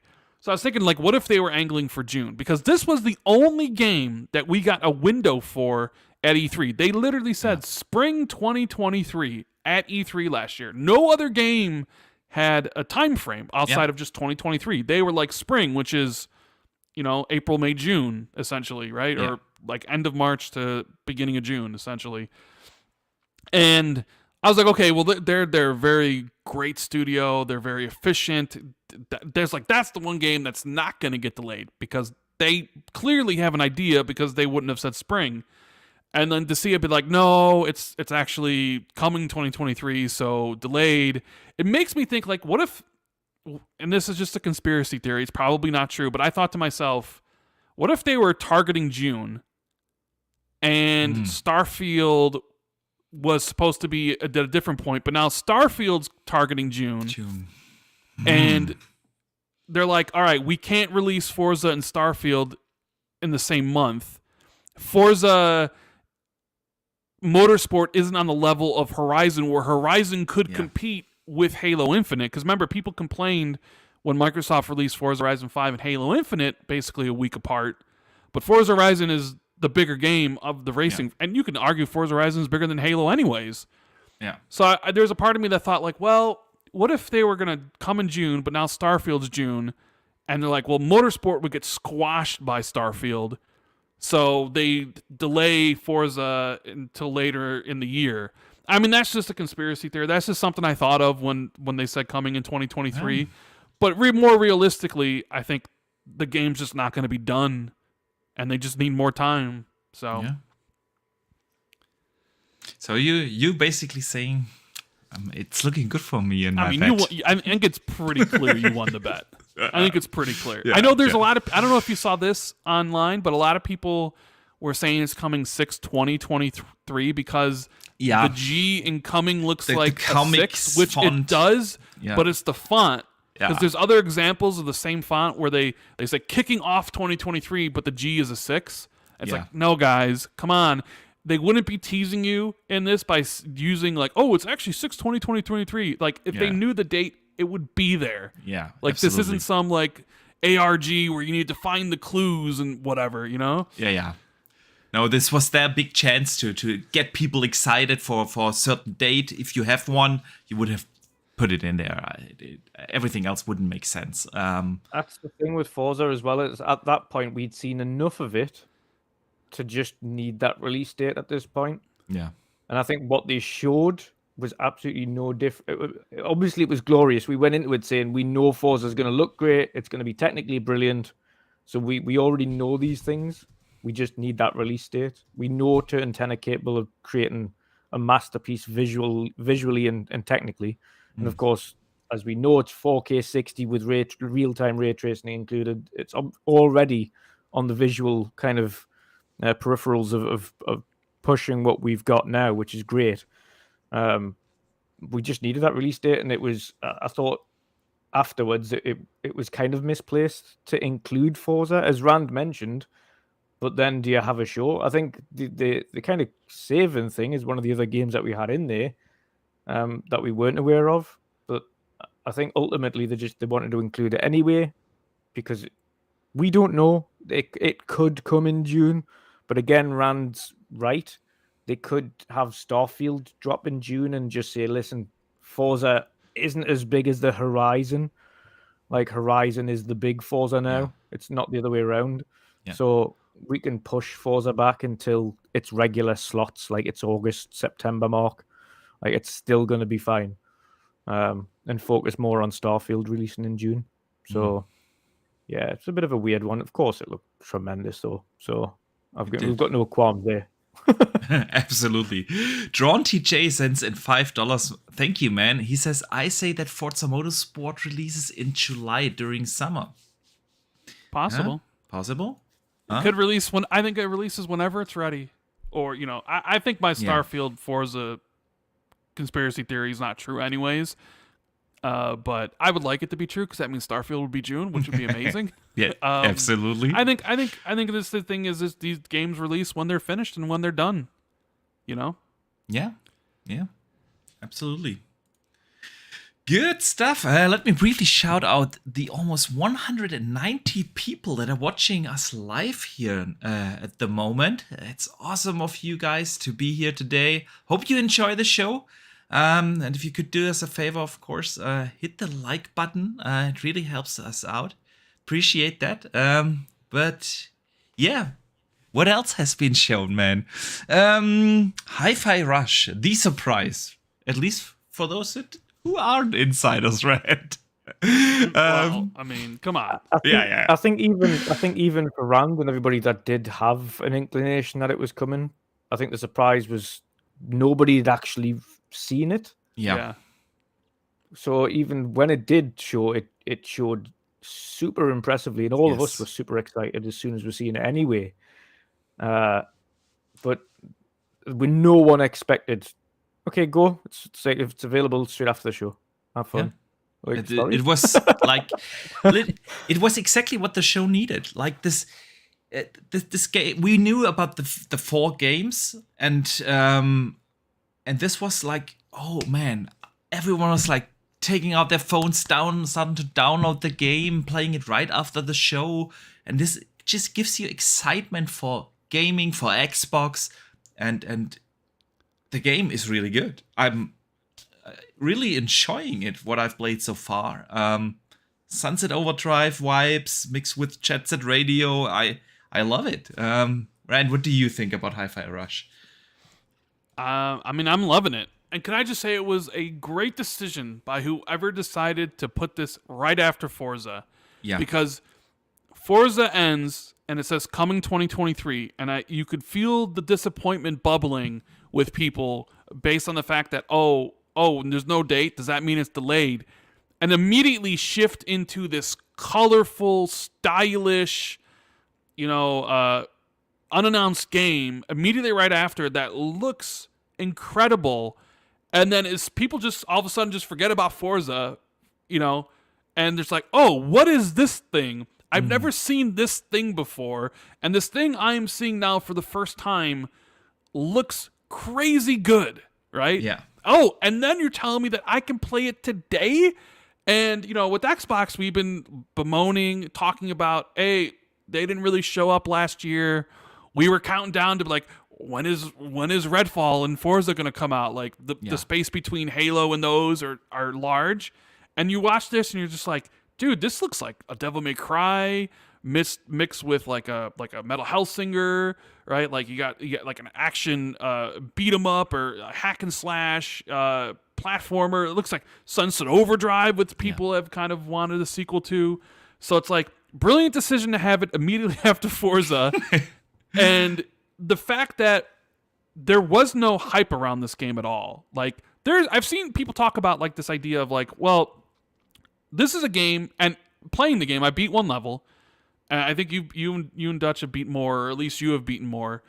That I was also then surprised by just how incredibly polished it is. Yes. Like the animations and the cutscenes and the gameplay, the voice acting, the way the game looks, the actual combat, no and everything. frame rate dips so far. Yeah, it's like, wow, this game is as polished as it gets. Yeah. And we didn't even know it existed until right now. So, like, everybody excited by seeing it because you normally don't see games with this type of art style very much anymore. And then you see it's like, oh, wow, like, that is some cool, like, hack and slash stuff, which something Xbox needs. And it's like, oh, and you can download it today. And so people start downloading it, and then you download it, and you're like, wow, okay, this game is actually very good. Wow, this is a very polished experience. And then suddenly it's like, this is awesome. It makes the whole developer direct even better because you got something you weren't expecting, and the thing that you actually weren't expecting is now out, and it's out now, and it's incredibly good. Geez, I don't know, like how much more superfluous. Sometimes I have a speaking problem. I want to say the word I can't even say the word, but I know the word in my head. Yeah. I want to praise the game a lot, and it goes hand in hand with like where they decided to do it, and shadow dropping this game and keeping it quiet for so long. Definitely probably was an adventure in itself, and nobody would have even known about it if it wasn't for Jeff Grubb, who talked about it in December. But I think most people, judging from the Steam reviews, where it's at 99%, it's trending on Twitter, like 50,000 tweets. It seems like everybody's playing it and talking about it and saying incredible things about it on a week where Forspoken launched, and now like Forspoken's not even the game people are talking about anymore. Now it's this Hi-Fi Rush, a game that had literally no marketing, and here it is blowing up based off the quality of the game itself combined with the Shadow Drop, which, you know, clearly this was the right way to debut this game because it just came out of nowhere and everybody loves it. You got the word of mouth, you got Twitter, you got social media pushing it now. I don't know, like that was the moment of the show. I think for a lot of people was this, and the fact that it's actually super high quality, right? It's not just like some AA, you know, like barely polished experience where they just threw it away, or some people like to call Game Pass fodder. Oh, it's just like no, it's not. Like it's I don't know. It's so cool. It's so awesome. Oh, you're muted. You're muted this time. Oh, like you said, but this time it was only on my mic because I was taking care of my blood sugar. So, no, the fact that they were able to nail down get bands like 9 Inch Nails and others in this game shows you it's really not, like you said, a Game Pass fodder kind of game. It is super polished. They thought of so many things, like when you have like a heavily music based game and 9 Inch Nails and other bands in there, they have a streamer mode, and stuff like that. So it's really high quality. Voice acting is good and actually funny. So it is the moment of the show. I agree. That you want to add something to? I absolutely love the game. I'm only 3.5 hours into it, and just after the second boss, going into the next stage. I wish I could have played more, but unfortunately, of course, it released at like after our podcast was like 9 o'clock at night. Unlike, of course, the Lucky Americans, where it dropped pretty much like late afternoon. You could get a decent nighttime at it. But for us, it was I got as many hours as I could get into it last night. I'm looking forward to jumping into it again. It's as Ran mentioned, super polished. There hasn't been a single bug or glitch or anything that I've experienced yet in 3.5 hours. It's unbelievably stylish. It's far more, like I say, unlike Metal Hellsinger, which is far more if you have to hit it on the beat. With this, it's uber forgiving. So for anybody that's kind of got them, should I play it? It's a rhythm game. No, play it. You'll have fun. The rhythm thing in this game is actually more. It gives you a bonus if you hit on the rhythm. Like you can still play the game and enjoy it all the way through if you're terrible with rhythm games. And you'll still have fun. I know a few people actually that couldn't get to grips with Metal Hellsinger because of that, and have played this game and absolutely love it. So I think that's a good sign in itself. But I think the comparisons that I've seen were, again, Sunset Overdrive, Jet Set Radio, naturally. Then you've got DMC I've seen quite a few times as well with the combat specifically. But I think it's again, the acting as well. It's really well acted. It's not cringy. Like the actual jokes and the silliness that they've got in there, it fits well. It doesn't feel like it's cringe. It doesn't feel like they're trying hard. Actually, the humor's good. It's done well all the way through. The boss fights are interesting. The animations are tremendous. I like the switches between kind of this pop art as well as the kind of 2D, kind of 2.5D animations they've got going on.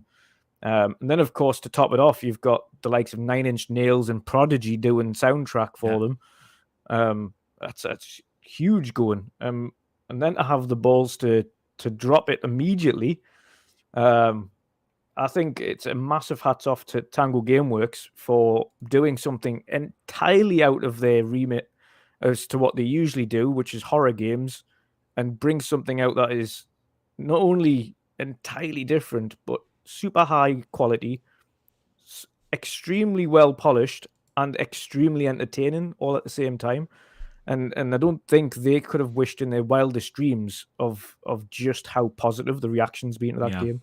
Yeah. So it's all credit to them, because if this is what some of the smaller teams in Xbox are working on, these type of high quality experiences, then take all the time you need. If these are the kinds of games we can expect to just shadow drop, what are the quality of the big games we're gonna get if they're giving them the time to do it? If these titles that are shadow dropping are this high quality. I mean, we've seen some high quality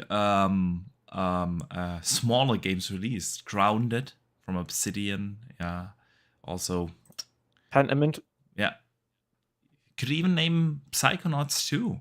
Wasn't the absolutely. Yeah, so absolutely. There are smaller games that are really, really good in the Xbox roster. The only thing I was going to say, the only thing that's come close in recent years for me as kind of just as almost as much as excitement is when they announced that's the Sea of Thieves collaboration with Pirates of the Caribbean. And they were like, it's releasing next week. We're like, oh god, that's close. Like that's the Xbox haven't done like and now it's available for quite some time. Yeah, true. So to get something this high quality and this kind of exciting immediately, it completely flipped the show on its head. I completely agree with Rand as well. I think whoever come up with the idea to put it directly after Forza, because I know, thinking back now, even if you go back to our kind of reaction to it, none of us mentioned, as soon as that game was shown and we seen it and they were talking about it being dropped there, none of us had spoke about Forza anymore until the very, very end when we had to cover it again. Yeah. We completely went out of our minds that Forza didn't have a release date. Was brilliantly positioned. Guys, I've seen some speculation today on Twitter, because the way how they presented Hi-Fi Rush was like the studio director and the game director, and the studio director was mentioned, we are known for games like Evil Within and the horror games, and then he always talked, well, that's your game. So people have been speculating, is there an Evil Within 3 in the works in parallel to this one? What do you guys think? Well, we knew that there was other projects that they were doing outside of Ghostwire Tokyo. Yeah. And clearly this was one of them, and Ghostwire Tokyo was another. But correct me if I'm mistaken, but Mikami wasn't the director of Ghostwire Tokyo, and he definitely wasn't. He was an executive producer on this one. Yeah. So it's possible that Mikami is doing his own game as well, or at least doing it now, which maybe is Evil Within 3 or maybe is something else. So there's probably another game in production. And I mean, like, talk about Bethesda coming to Xbox's rescue in 2023, because they're going to have Shadow Drop Hi-Fi Rush in January. You're going to have Ghostwire Tokyo finally coming to Xbox after a year in March or early April, depending. Yep. You're going to have Starfield, or you're going to have Redfall on May 2nd, and then you're going to have Starfield sometime this year. Like, I know they bought them in 2020, and the deal went through in 2021, but they had the Deathloop and Ghostwire timed exclusivity deals that they had to work through. So we didn't really get anything from them for 2021 or 2022. And then 2023, you start off and it's like they're going to release 3 games and a port of their 1-year-old game. It's like Bethesda came to play, essentially, right? And then you still there's still Indiana Jones. There's still the ZeniMax Online new IP. There's ID's doing something new. There's Roundhouse Games and whatever they're doing and stuff, and so there's a lot more to come from Bethesda. It's just kind of crazy. It's just like, what a year, and it's like Xbox Game Studios is still sort of kind of getting things in order, and who knows when the game like Hellblade and Avowed and all those other games are coming out. But man, what a year for Bethesda, right? Absolutely, yeah. Couldn't have said it better. Agree. Speaking of which, Redfall. I think we don't need to talk about Elder Scrolls Online. I think we covered that already. Although that you mentioned one thing, and that is true on Elder Scrolls Online. The way how they talked about single player, and that you can play it solo and just experience a a story and a campaign, it made me think, going just to give it a try. Why not? It's in Game Pass. And it's like visually, it's such a drastic difference to what it originally released at. Like it was nowhere near like this when it first released. And even going back when I last played the game, it only just got its, I think it's 1x enhancements at that point. That was going back a while now. And now it's obviously got its Series X and S enhancements and upgrades. Yeah. And it's had so many of these expansions, and the cities and everything look like more filled, and there's just everything looks so much more detailed than it was originally. Yeah, it is visually for that game. It's much more impressive than it was. But again, that arc digging into that single player, they were like, play it single player, you can play it single. That was the kind of aim that they went for with this presentation. Yes. Like. And I think it was a smart thing. It's not easy to have a showcase where you have like an exciting game like Forza and Redfall, and even for some people maybe Minecraft, and the super excitement around Hi-Fi Rush as a shadow drop, and then you need to talk for 6-7 minutes about the 20th DLC for a game that is out for 7-8 years now. Yeah. It's not easy to do that, and I thought that they did a pretty decent job for that. So, yeah. Ryan, anything you want to add on Elder Scrolls, or what? Shall we move over to Redfall? I didn't fall asleep, but the way they presented it made it really interesting. If I didn't know what Elder Scrolls Online was, I'd be like, maybe I should play this. But it's like, oh yeah, no, it's MMO, and I don't do those. So, yeah. Yeah. It's a little intimidating, honestly, if you know that there are, and they've shown at the end of their segment, like, was it 18 or 20 DLC that are already out there in an already massive game? So getting into this now is kind of intimidating. So yeah, but Redfall. What did you guys think of Redfall? I mean, I have been an advocate for Redfall and Arcane basically since I played Dishonored 1. Like, they have not put out a miss for me. From Dishonored 1 and 2 to Prey to Deathloop, I've really enjoyed all those games. So, like, even when I first saw Redfall, I was like, okay, I'm down for this because it's Arcane, because they are really good at what they do. Even though that initial trailer was like, oh, is this Left 4 Dead or Back 4 Blood? But it's not. And it's clear from I know there's a lot of people like, oh, this is Back 4 Blood, Back 4 Dead. Yeah. Like watching the gameplay trailer from yesterday, definitely more Far Cry-ish vibes. I could see why some people say that it looks slow and the guns don't have any impact, but I really think that's more to do with how they shot the trailer. Like, I think the character was moving slow, and they reloaded a lot and stuff because they didn't want encounters to be over too quickly. So it's like they want that cinematic look of like people like walking forward instead of like running, and how you would play and things like that. But I am really looking forward to this. Like, the game has looked great ever since the first time, this past E3, when we saw gameplay footage of it.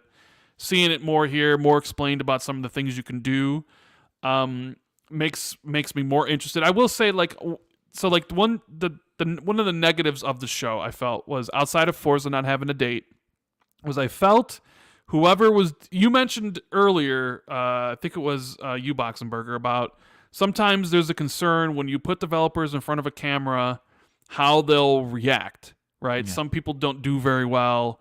And he brought up the guy from Unravel, right, as an example, even though his charm kind of sold the game as well, right? Maybe that came across wrong, because I thought that was the most genuine game presentation I've ever seen. Because they are all humans, and seeing that they are excited and that they are not scripted and that they are nervous to present the game or excited to present the game, it was a truly genuine presentation.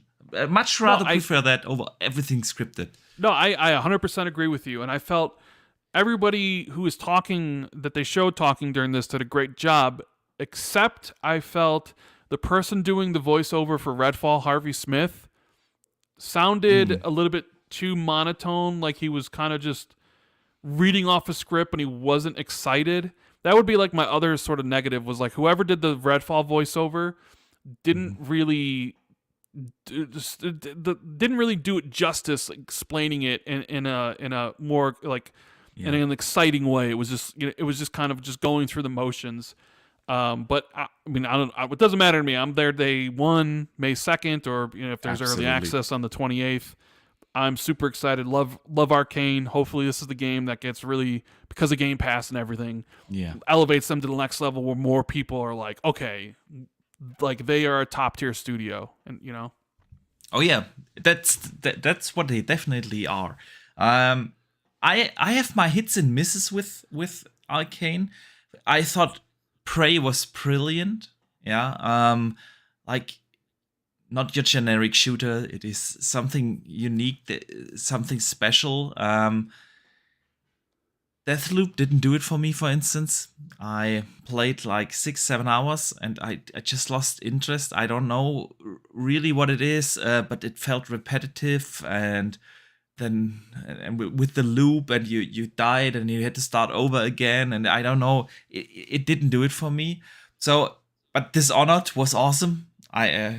So they have their hits and misses, but this one really does look good. And I like so many things about it. Honestly, from the art style, you have like this dark, gritty setting, of course, with the vampires, and you had like, they've shown like these moments where you have even some sort of jump scares and things, but still they keep something colorful in the art style, like all the superpowers that they've shown, and the colors still pop, and I love that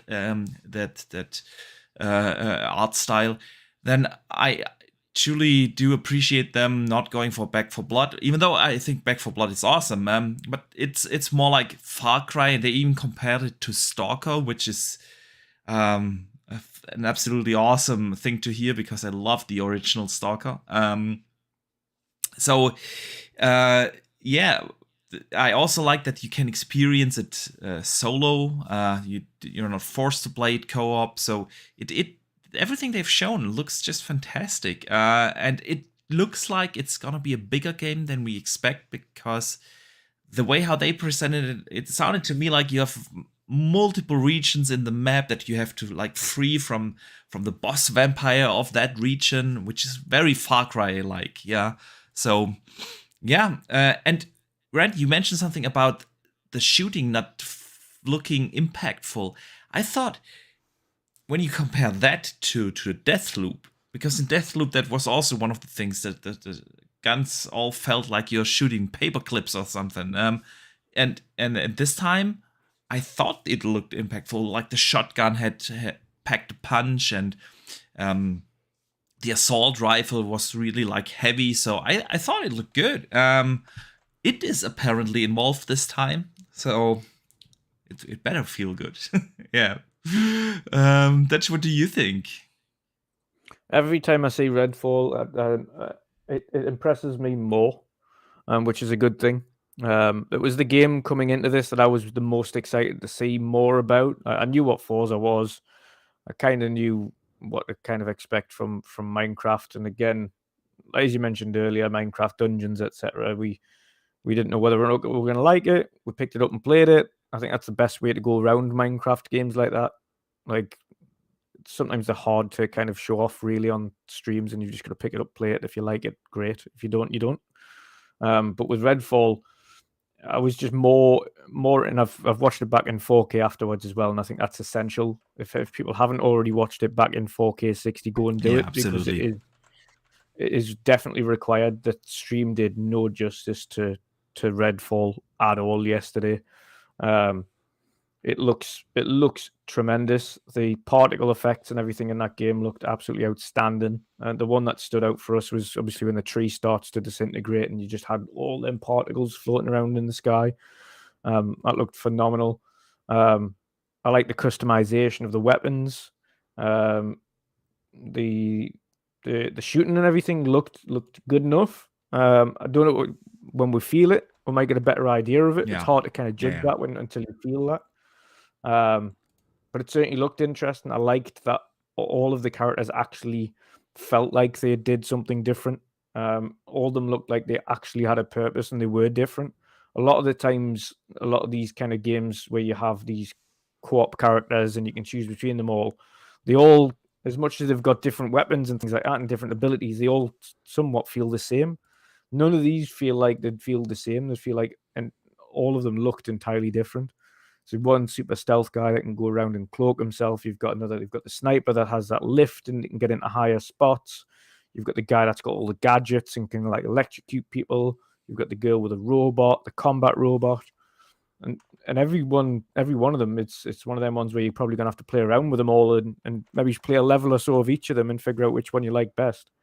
Or give you a reason to go through and play it several times over.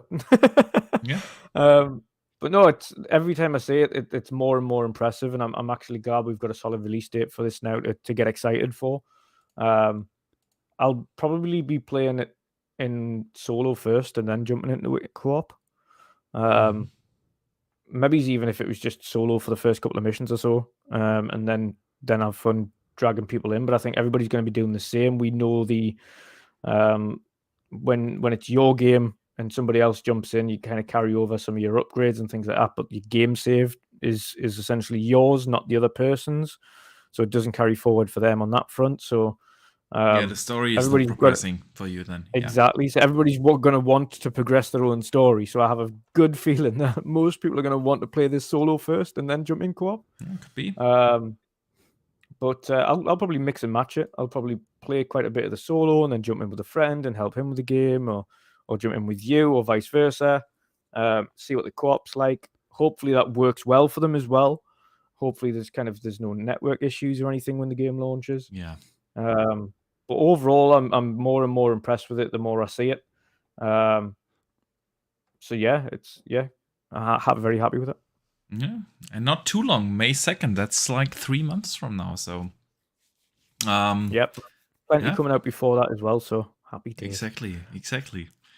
Dave Ramos sends in $5. Thank you, man. He says, story-driven shooter reminds me of Outriders, and I love that game. I'm more interested in Redfall today than yesterday. So that just tells you that Xbox did a good job when people are more excited about the games after the showcase. And I think that is definitely the case. I've seen today for the entire show nothing but excitement from people. Of course, you have some trolls, but I tend to overlook those. Overall, I think that the reception was very positive. So, Rand, will we see that more often? That show format? Yes, I think we will. Maybe a couple times a year, depending on what game releases they have. I think it's a good idea to have one at the beginning of the year to set the stage of the stuff coming. I would imagine Starfield would use the same sort of format. I would imagine whenever they do film the one for Starfield, and maybe you have another one towards the end of the year. I don't know how many of these they're going to do a year. I don't think their E3 is going to be a live show. Yeah. I think. I think they even confirmed that yesterday. That it's going to be that. Hang on, I have it somewhere in my notes. Yes, Xbox confirms it will return to LA with a summer showcase live this year. In addition to this, our teams are working hard on looking forward to sharing even more of what is next for our fans when we return to Los Angeles for our yearly live showcase this summer. So, yeah, yearly live showcase, but they haven't done a yearly live showcase in 2 years? They haven't done one since 2019. Yeah, that's true. Yeah. Were you going to be going to E3 this year? Either of you? No. Going to make the long trip over? I've thought about it. I would love to go, but honestly, it's just too expensive. Yeah. How much is it to come from Germany to go to LA? Well, you can get flights for around $1,500 these days to LA, back and forth. But then you have to also spend for hotel and everything. Yeah. So I think you can get super cheap flights, but the problem is you've got big layovers. So it ends up being like 20 odd hours one way. That's the other thing. Yeah, of course. So yeah, we decided to go to Gamescom. We have our hotel picked out already, and Gamescom is around the corner. It's like a 5-hour trip or 6-hour trip from here for me. So yeah, Well, that's cool. yeah. I'll probably do E3 next year when things have settled down a bit and things aren't as expensive. Yeah, let's hope things aren't as expensive. Yeah, let's hope. Yeah. So, are you going, Rand? I haven't decided yet. I might not. I'll definitely be probably going next year for sure, but this year, we'll see. Sweet. I mean, I know that it would be awesome to be there. Like so many people from the community going, not just to see like, you know, the Xbox showcase live. That's of course exciting, but to meet the community and the people, and that would be absolutely awesome. But yeah, it is really expensive. So, all right. So I think we pretty much covered the development direct. I think everyone in the chat agrees as well. Hopefully, it was a great show, and we kind of want to see more. So we are now a little more than 2 hours into the show already. Rand, you have a few minutes because there's one topic I'd love to hear your thoughts on. Okay. And that's around Crystal Dynamics. I bet you are gonna talk about this as well tomorrow on the Xbox 2. So Crystal Dynamics this week announced that later this year they're gonna stop the Marvel's Avengers game.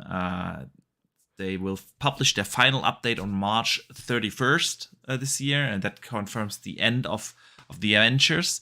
And even though nobody was playing that game anymore, people seem to complain about it. But then a rumor came up that Perfect Dark hit a couple of road bumps, and that Tomb Raider might now actually come out before Perfect Dark, and that the two games are at least a year apart.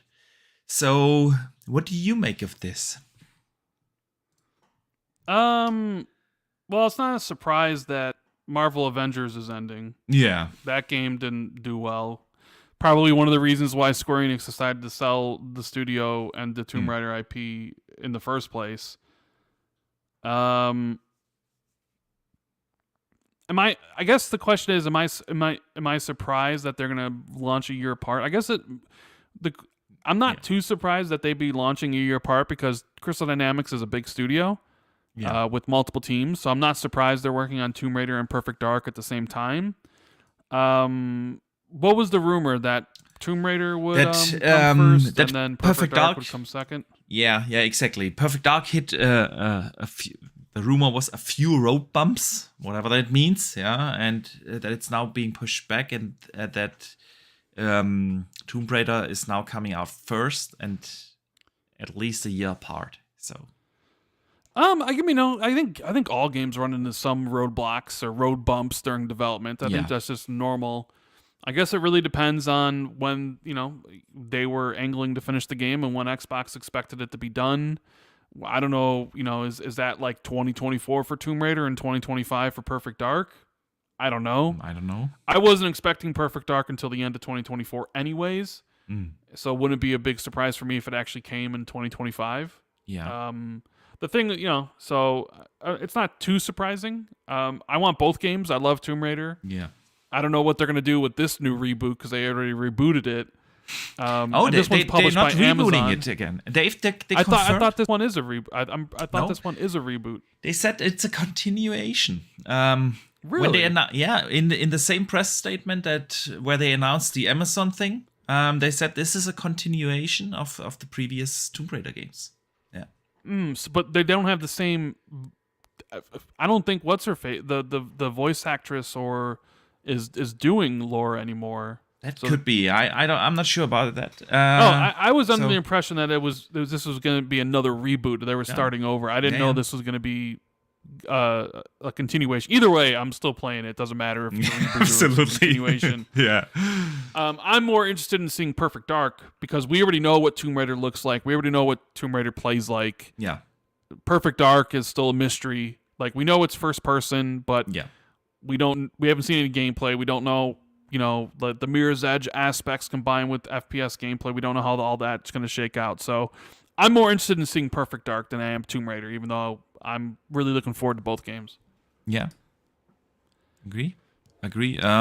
Same here. I think like everything in development, I'm an engineer. Yeah, not in the software business, but it doesn't matter what you develop. If you develop something over a certain amount of time, you will definitely hit some road bumps. So yeah, given the scope of the game, and they've said they're like the quadruple A game and such things. Yeah. I think like a 6-year development cycle, considering they were founded in 2018. Yeah, so 24 would make around about a 6-year development cycle, including the pandemic, isn't unrealistic. So yeah, we shall see. But to me, that sounded that Tomb Raider might be further along than we thought it might be, and it's just me reading in between the lines. It could be that this is earlier than we thought, because I was of the impression like the next Tomb Raider is gonna be more towards the end of this gen. So yeah, that would be cool. Dutch, what do you think? You muted, man. Yeah, sorry. Yeah, I was. To be honest, I'm one of those. I was happy to see that that it was announced, but as I haven't seen anything of it, I have no idea what they're doing with the game, what direction they're going in. We don't know anything about Perfect Dark as it is, other than the fact that it is a reboot of the series. I can't I have zero hype for that game, other than like, okay, when it gets shown off, then I'll have hype. So I'm not really too fussed if there is. Again, you've mentioned it yourself, and whether that's producing or whether it's in development, no matter what aspect you are of creative arts, or even engineering of any sorts, or manufacturing of any sorts, you're going to come across issues. There's no matter how much you prepare for something, something's going to happen that you can't kind of predict. That'll go wrong, and of course, in an ideal world, everything's absolutely smooth and you just get a game out. But God, I even imagine that the team behind Hi-Fi Rush, they probably had development issues as well. I mean, that game was actually in production for years, about 3-4 years, I think it was. So even that wasn't a short one for development, and no doubt they come up with a few issues along the way. I've got no additional concerns. I think Crystal Dynamics are a very talented studio. They're very, very capable. If you have a look at the previous Tomb Raider trilogy, that's only just kind of come out at these kind of recent few years, ending in Shadow of the Tomb Raider. All of those were super high quality. They ran like a dream, both on console and on PC. The ports were really solid. So in terms of gameplay, visuals, and technical, absolutely stand up. If Perfect Dark's got the same quality as that when it comes out, then we've got no issues there. It's a case of just wait and see for me. I think it's probably right in saying that Tomb Raider comes out before Perfect Dark, and to be honest, I don't mind. There's a lot of things in the pipeline before that I'd rather see than Perfect Dark. I'm excited. No, don't get us wrong. I'm excited to see more of it when it's time. But I'd much rather see Avowed. I'd much rather see Hellblade. I'd much rather see Fable. Fable. When we see Perfect Dark, great. But up until now, we've just got that little intro snippet. Yeah, that CGI. It wasn't even anything. It was just, there's Joanna Dark at the top of a building. Yeah. So because it's a topic in chat, I was like looking up in my notes from last year's show.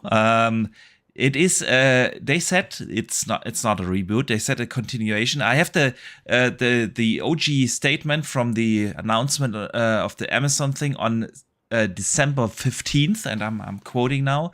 The new entry will be a single-player, narrative-driven adventure that continues Lara Croft's story from the previous games. It includes all the elements that have made Tomb Raider one of the most revered franchises in gaming. Blah blah blah blah blah. Yeah. So. There you go. Good. So, I think we pretty much covered it for this week. We have at the end of every show, Rand, a segment that we call the community questions, where people send in questions up front in case they cannot make it live to the show. I got a question for you. So, out of your 12 topics, how many did we hit? Like 4? 4. We talked about the Xbox earnings report. We talked about, actually, this wasn't even in my show notes. We talked about mid-gen upgrades. Of course, then the big one was the Developer Direct, and we talked about Crystal Dynamics. So we could talk about Activision Blizzard update. No thanks. Yeah, Let's not talk it's about good. Activision Blizzard. Good, we skipped that. Naughty Dog. Actually announced today that they are not gonna continue with Uncharted, and maybe not even with The Last of Us. So that could have been a topic if we had more time. Then we had a big interview with the Spider-Man 2 voice actor, and we got a couple of infos on that. Then we have like Mass Effect. The lead writer for the next Mass Effect left the studio. Then we have the whole Halo Infinite thing in the statement, because that was like Friday. So for us, we haven't been able to cover it. We have a couple of infos on the Cyberpunk DLC. We have we went through that, the PS5 Pro and PS6 statement from Tom Henderson. I put that also in the notes. We have the delay of the day before and all the shitstorm. You mean the game that doesn't exist? Really? Yeah, the game that doesn't exist, exactly. The game that suddenly, like right before the game comes out, oh, we don't own the trademark for this. Oh my god, now we got to delay it to the end of the year. Yeah. So, yeah, so you see, we always have like a long list, because sometimes we try to cover like a few topics that other podcasts do not cover outside of the 2 or 3 major topics that every week has. Yeah. But yeah, and sometimes we just go off the rails and talk about things like the mid-gen upgrades. So yeah. So what are some questions people have from the community? Yeah. Steve, or aka Xbox B, writes in, if altogether you all were the senior leadership team at Xbox, what would be your priorities and mission statement for the next few years, and how would you convert PC and PlayStation gamers to Xbox? What would be our mission statement? Yeah. For the next few years. I mean, I guess I'm of the big opinion that what really matters is the games. I mean, my mission statement would be like basically make good games, make quality games, and I don't know. I think the hardware is the hardware. It's going to do what it's going to do. And I think Xbox has pretty good hardware, but I think the one thing that is sort of lacking, or at least that the public perceives, is that Xbox has no games. And you need to sort of change that around. But the only way you change that around is by releasing really good ones. So, like, I would put a focus on, kind of what I think they're already doing. Like, you bought all these studios, you bought Bethesda, you're buying ABK because, they're all revenue generators and they all make really great content. And I think that's what's important. Grow Game Pass, because that's important as well. I don't know. I mean, I haven't really given it too much thought about like what I would do if I was Phil Spencer, but I think they're doing all right. I think they're doing okay. I'm not sure if I even wanted Phil's job on the Xbox leadership team, because he has to and I don't think people realize that how much shit he has to go through, like corporate stuff and everything. So if I would be able to choose a leadership position, I'd much rather have like Matt Booty's job and be like, okay, head of Xbox Game Studios, try to handle them, see actually the games and talk about the development side of things. And to me, I've said this before. Maybe it's just me because I work in the automotive industry, and I'm not used to getting delays. When in the automotive industry, a date is set, it's set, and there is no options, and every project in the automotive industry, it really doesn't matter to which company you look, is so time focused, and no one delays stuff. And there's also a lot of software involved. There's creative process involved, and so on. And I wonder, I just want to see, why is it different in gaming?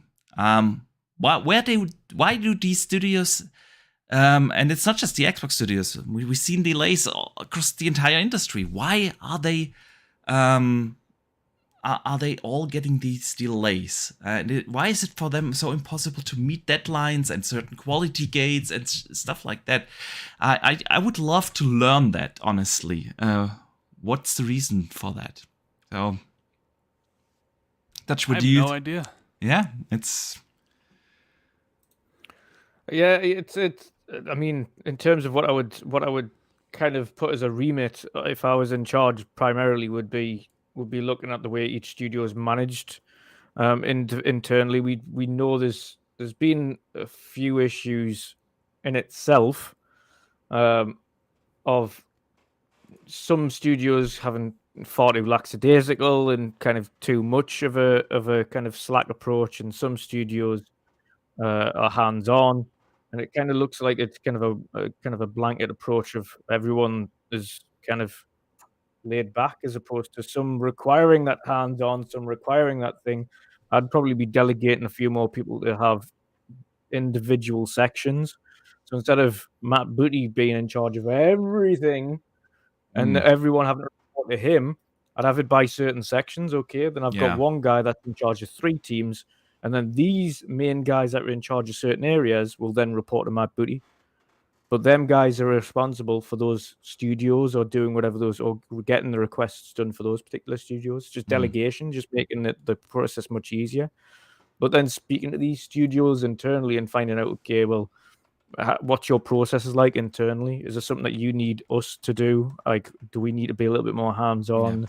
Yeah. Or do you want us to kind of leave off a bit? But primarily, I think the need to have these deadline approaches. I think Microsoft, I would say, need to have a little bit more of a foot down approach to them and say, listen, we need to start hitting some of these time frames as well.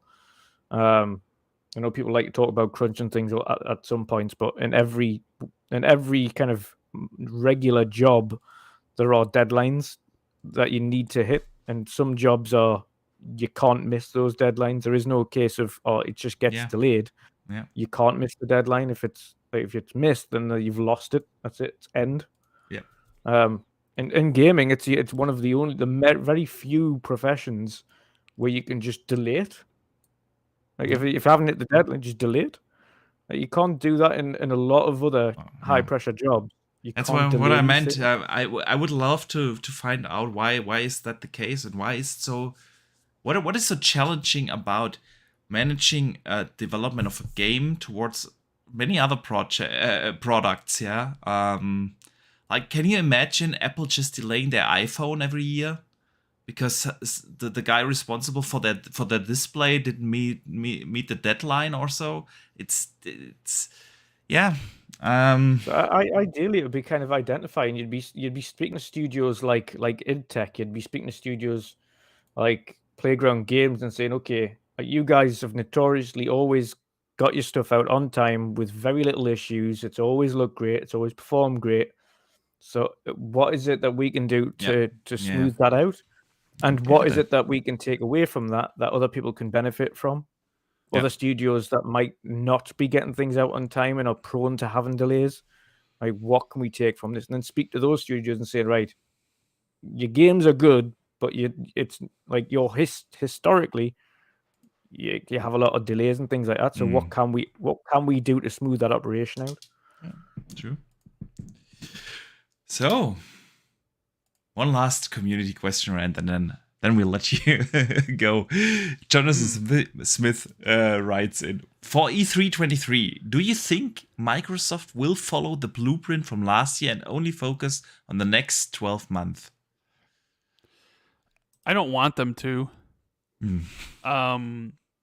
Because I think you put artificial constraints on your games, and like, for example, it looks like Forza is going to be delayed, and the possibility of Starfield also coming at the end of the year.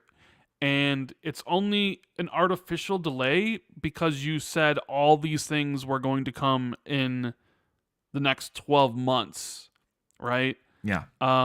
You did that to yourself. Nobody forced you to do it. You put your back up against the corner. And if games slip, which they inevitably do because game development's hard and you never, you don't know, then you just are going to anger a lot of people because you're telling them to expect these things in this time frame, and then you don't deliver in that time frame. So I don't really think, especially with Forza being delayed and potentially Starfield, it almost seems like you failed with the first time you did it. Then why would you do it again? Because if you do it again, nobody's going to believe that you're actually, what you're saying is true, because they have the first event to look back on and be like, well, the only ones that made it were Redfall and Minecraft Legends were when Forza and Starfield didn't. So why would I believe what you're saying? So realistically, if they're going to put a time frame on anything, it should probably be 18 months. This is everything you're going to play from now and the entirety of 2024, where then you at least have the whole year to work with, right? Yeah. Instead of just being like now, so you made between now and June. Yeah. So I hope they don't do it, because it just kind of creates these situations where, people get upset when things get delayed, and it's inevitable things get delayed, and and it's just do how you've always. You don't have to announce things that are 4 years away like they had to in 2020, but you also don't have to be like, this is only stuff coming between the next 12 months. I think there's a good settlement between those two outliers, right? Where you can have a show that is announcing something 2 years away, and also announcing and showing things that are closer to release. You don't have to box yourself into a corner. I don't know. What do you guys think? Are you a fan of the 12-month? No, not at all. Not at all. I fully agree. I think, I like the idea to show to have a segment in the show where you have like a sizzle reel trailer. So these are the games we expect to launch in the next 12 months or so. But you also kind of want to lay out a roadmap. If you invest in Xbox now, you will eventually play games like a Fable and an Avowed or a Perfect Dark or whatever. Yeah. You want to have that mix in between the excitement for the stuff that is coming in the next couple of months and the things that are further out. And you kind of have to balance that out. And with the 12-month format, you limit yourself. And like you said, if something slips, you set everyone up for a shitstorm and disappointment and anger. And it doesn't seem necessary. No one asked for that kind of format. And especially now when they have like a developer direct where they can focus on the games coming in the next couple of months and highlight those especially. You don't need to do that at E3 as well. So, yeah, Dutch, how do you see things? Oh. Yeah, to be honest, I completely agree with you. I don't think you need to do that. I think it's perfectly fine the way they've just done it. I think twice a year would be suffice with this. That would be perfectly fine. Okay. All right. I think that brings us to the end of this week's World of Gaming. Rand, it has been a pleasure to have you on. The time just flies by with great conversations. Yeah, 2.5 hours is gone like that, right? Yeah, like that. But it was a blast. So thank you so much for taking the time to come on here today. And in case people are not following you, which would be a shame, I made it very easy. All your links are in the description of the show note. But tell people about your awesome podcast that will air tomorrow. Yeah, so thanks for having me on. You can find me at youtube.com/RandallThor19 where I release videos mostly about Xbox, and we do a podcast every Friday mostly. Sometimes we have to do it a different day because time zones. I don't like that if you do it on another day, because Friday is such a perfect time for the podcast. If I can't listen live, I have the entire weekend to listen back. I listen to you guys while I do groceries shopping over the weekend and stuff like that. And then if you miss the Friday window, if we miss. Yeah, I know. I trust me. I do not like. I would always prefer to do Friday. Yeah. But if we miss, sometimes it's like we're sort of contractually obligated to do a show every week. So it's like if we miss Friday, it'd definitely either be Saturday or Monday. Yeah. But we've been aiming for Fridays more. So we have a show tomorrow with the one and only Jez Corden of Windows Central. And I haven't really talked to him about any of this Microsoft stuff or how he feels about the event. So it'll be very interesting to get his thoughts. Yeah. Tomorrow. And I want to thank you guys. I want to thank the chat. Make sure you hit the like button for Dutch and for Boxenberger. Appreciate for putting on a good show. Hit the sub button if you haven't already. You got to do these things, man. Yeah, hasn't Boom taught you to do these things? Yeah, I know. But I just forget it honestly. So, and I don't want to break up the conversation. And then I don't know. Yeah, but I should do that more often. You're right. You're right. You got to do it in the beginning, after the housekeeping, and then maybe right before the big segment. You got to do it because people don't. Sometimes they watch and they just don't know, and then you tell them, and it's they do it. So it's just one of those things, But thank you guys so much for having me on. I'm very interested in seeing who's going to win the bet between you and Dutch. Yeah. Yeah, we already know who's gonna win the bet, but you're just gonna have to order like a huge. You're gonna have to order like a huge, extra large Germany style beer or something. Yeah. I will. Gonna get a huge stein, really, really large 3-pint stein. Yes, exactly. Exactly. The unfortunate thing is Cologne has their special beer where Gamescom is Cologne is called Kölsch, and they serve it in like these super tiny glasses, and they have it only in Cologne. They are very famous for that. Yeah, those tiny glasses, and then you usually order like 10 beers at the same time because that's like a normal glass of beer. So we have to check out how we do it. We call that a meter. Yeah, they have these like literally 10 classes in 1 meter, in a 1 meter row because they are so tiny. So that's a Colonian beer. So we'll have one of those, man. Let people know where they can find you, or I hope our listeners know where to find you. Otherwise, your links are also in the description. But tell people what you're working on. Yeah, so of course you can find me everywhere at Wondering Dutch. Put my teeth back in, God. Wondering Dutch, and of course you can find us everywhere at with the midweek mix-up every Wednesday, of course, and every second Sunday for the weekend edition. And we are there again this Sunday. So of course you can find us on Sunday for that. But other than that, not too much now. For up until really the big indie showcase again in a couple of months' time. So it's just regular podcasts every week until then, unless there's another random showcase appears, in which case we'll cover that. Like a Starfield showcase or something. Who knows? Yeah, you never know. You never know.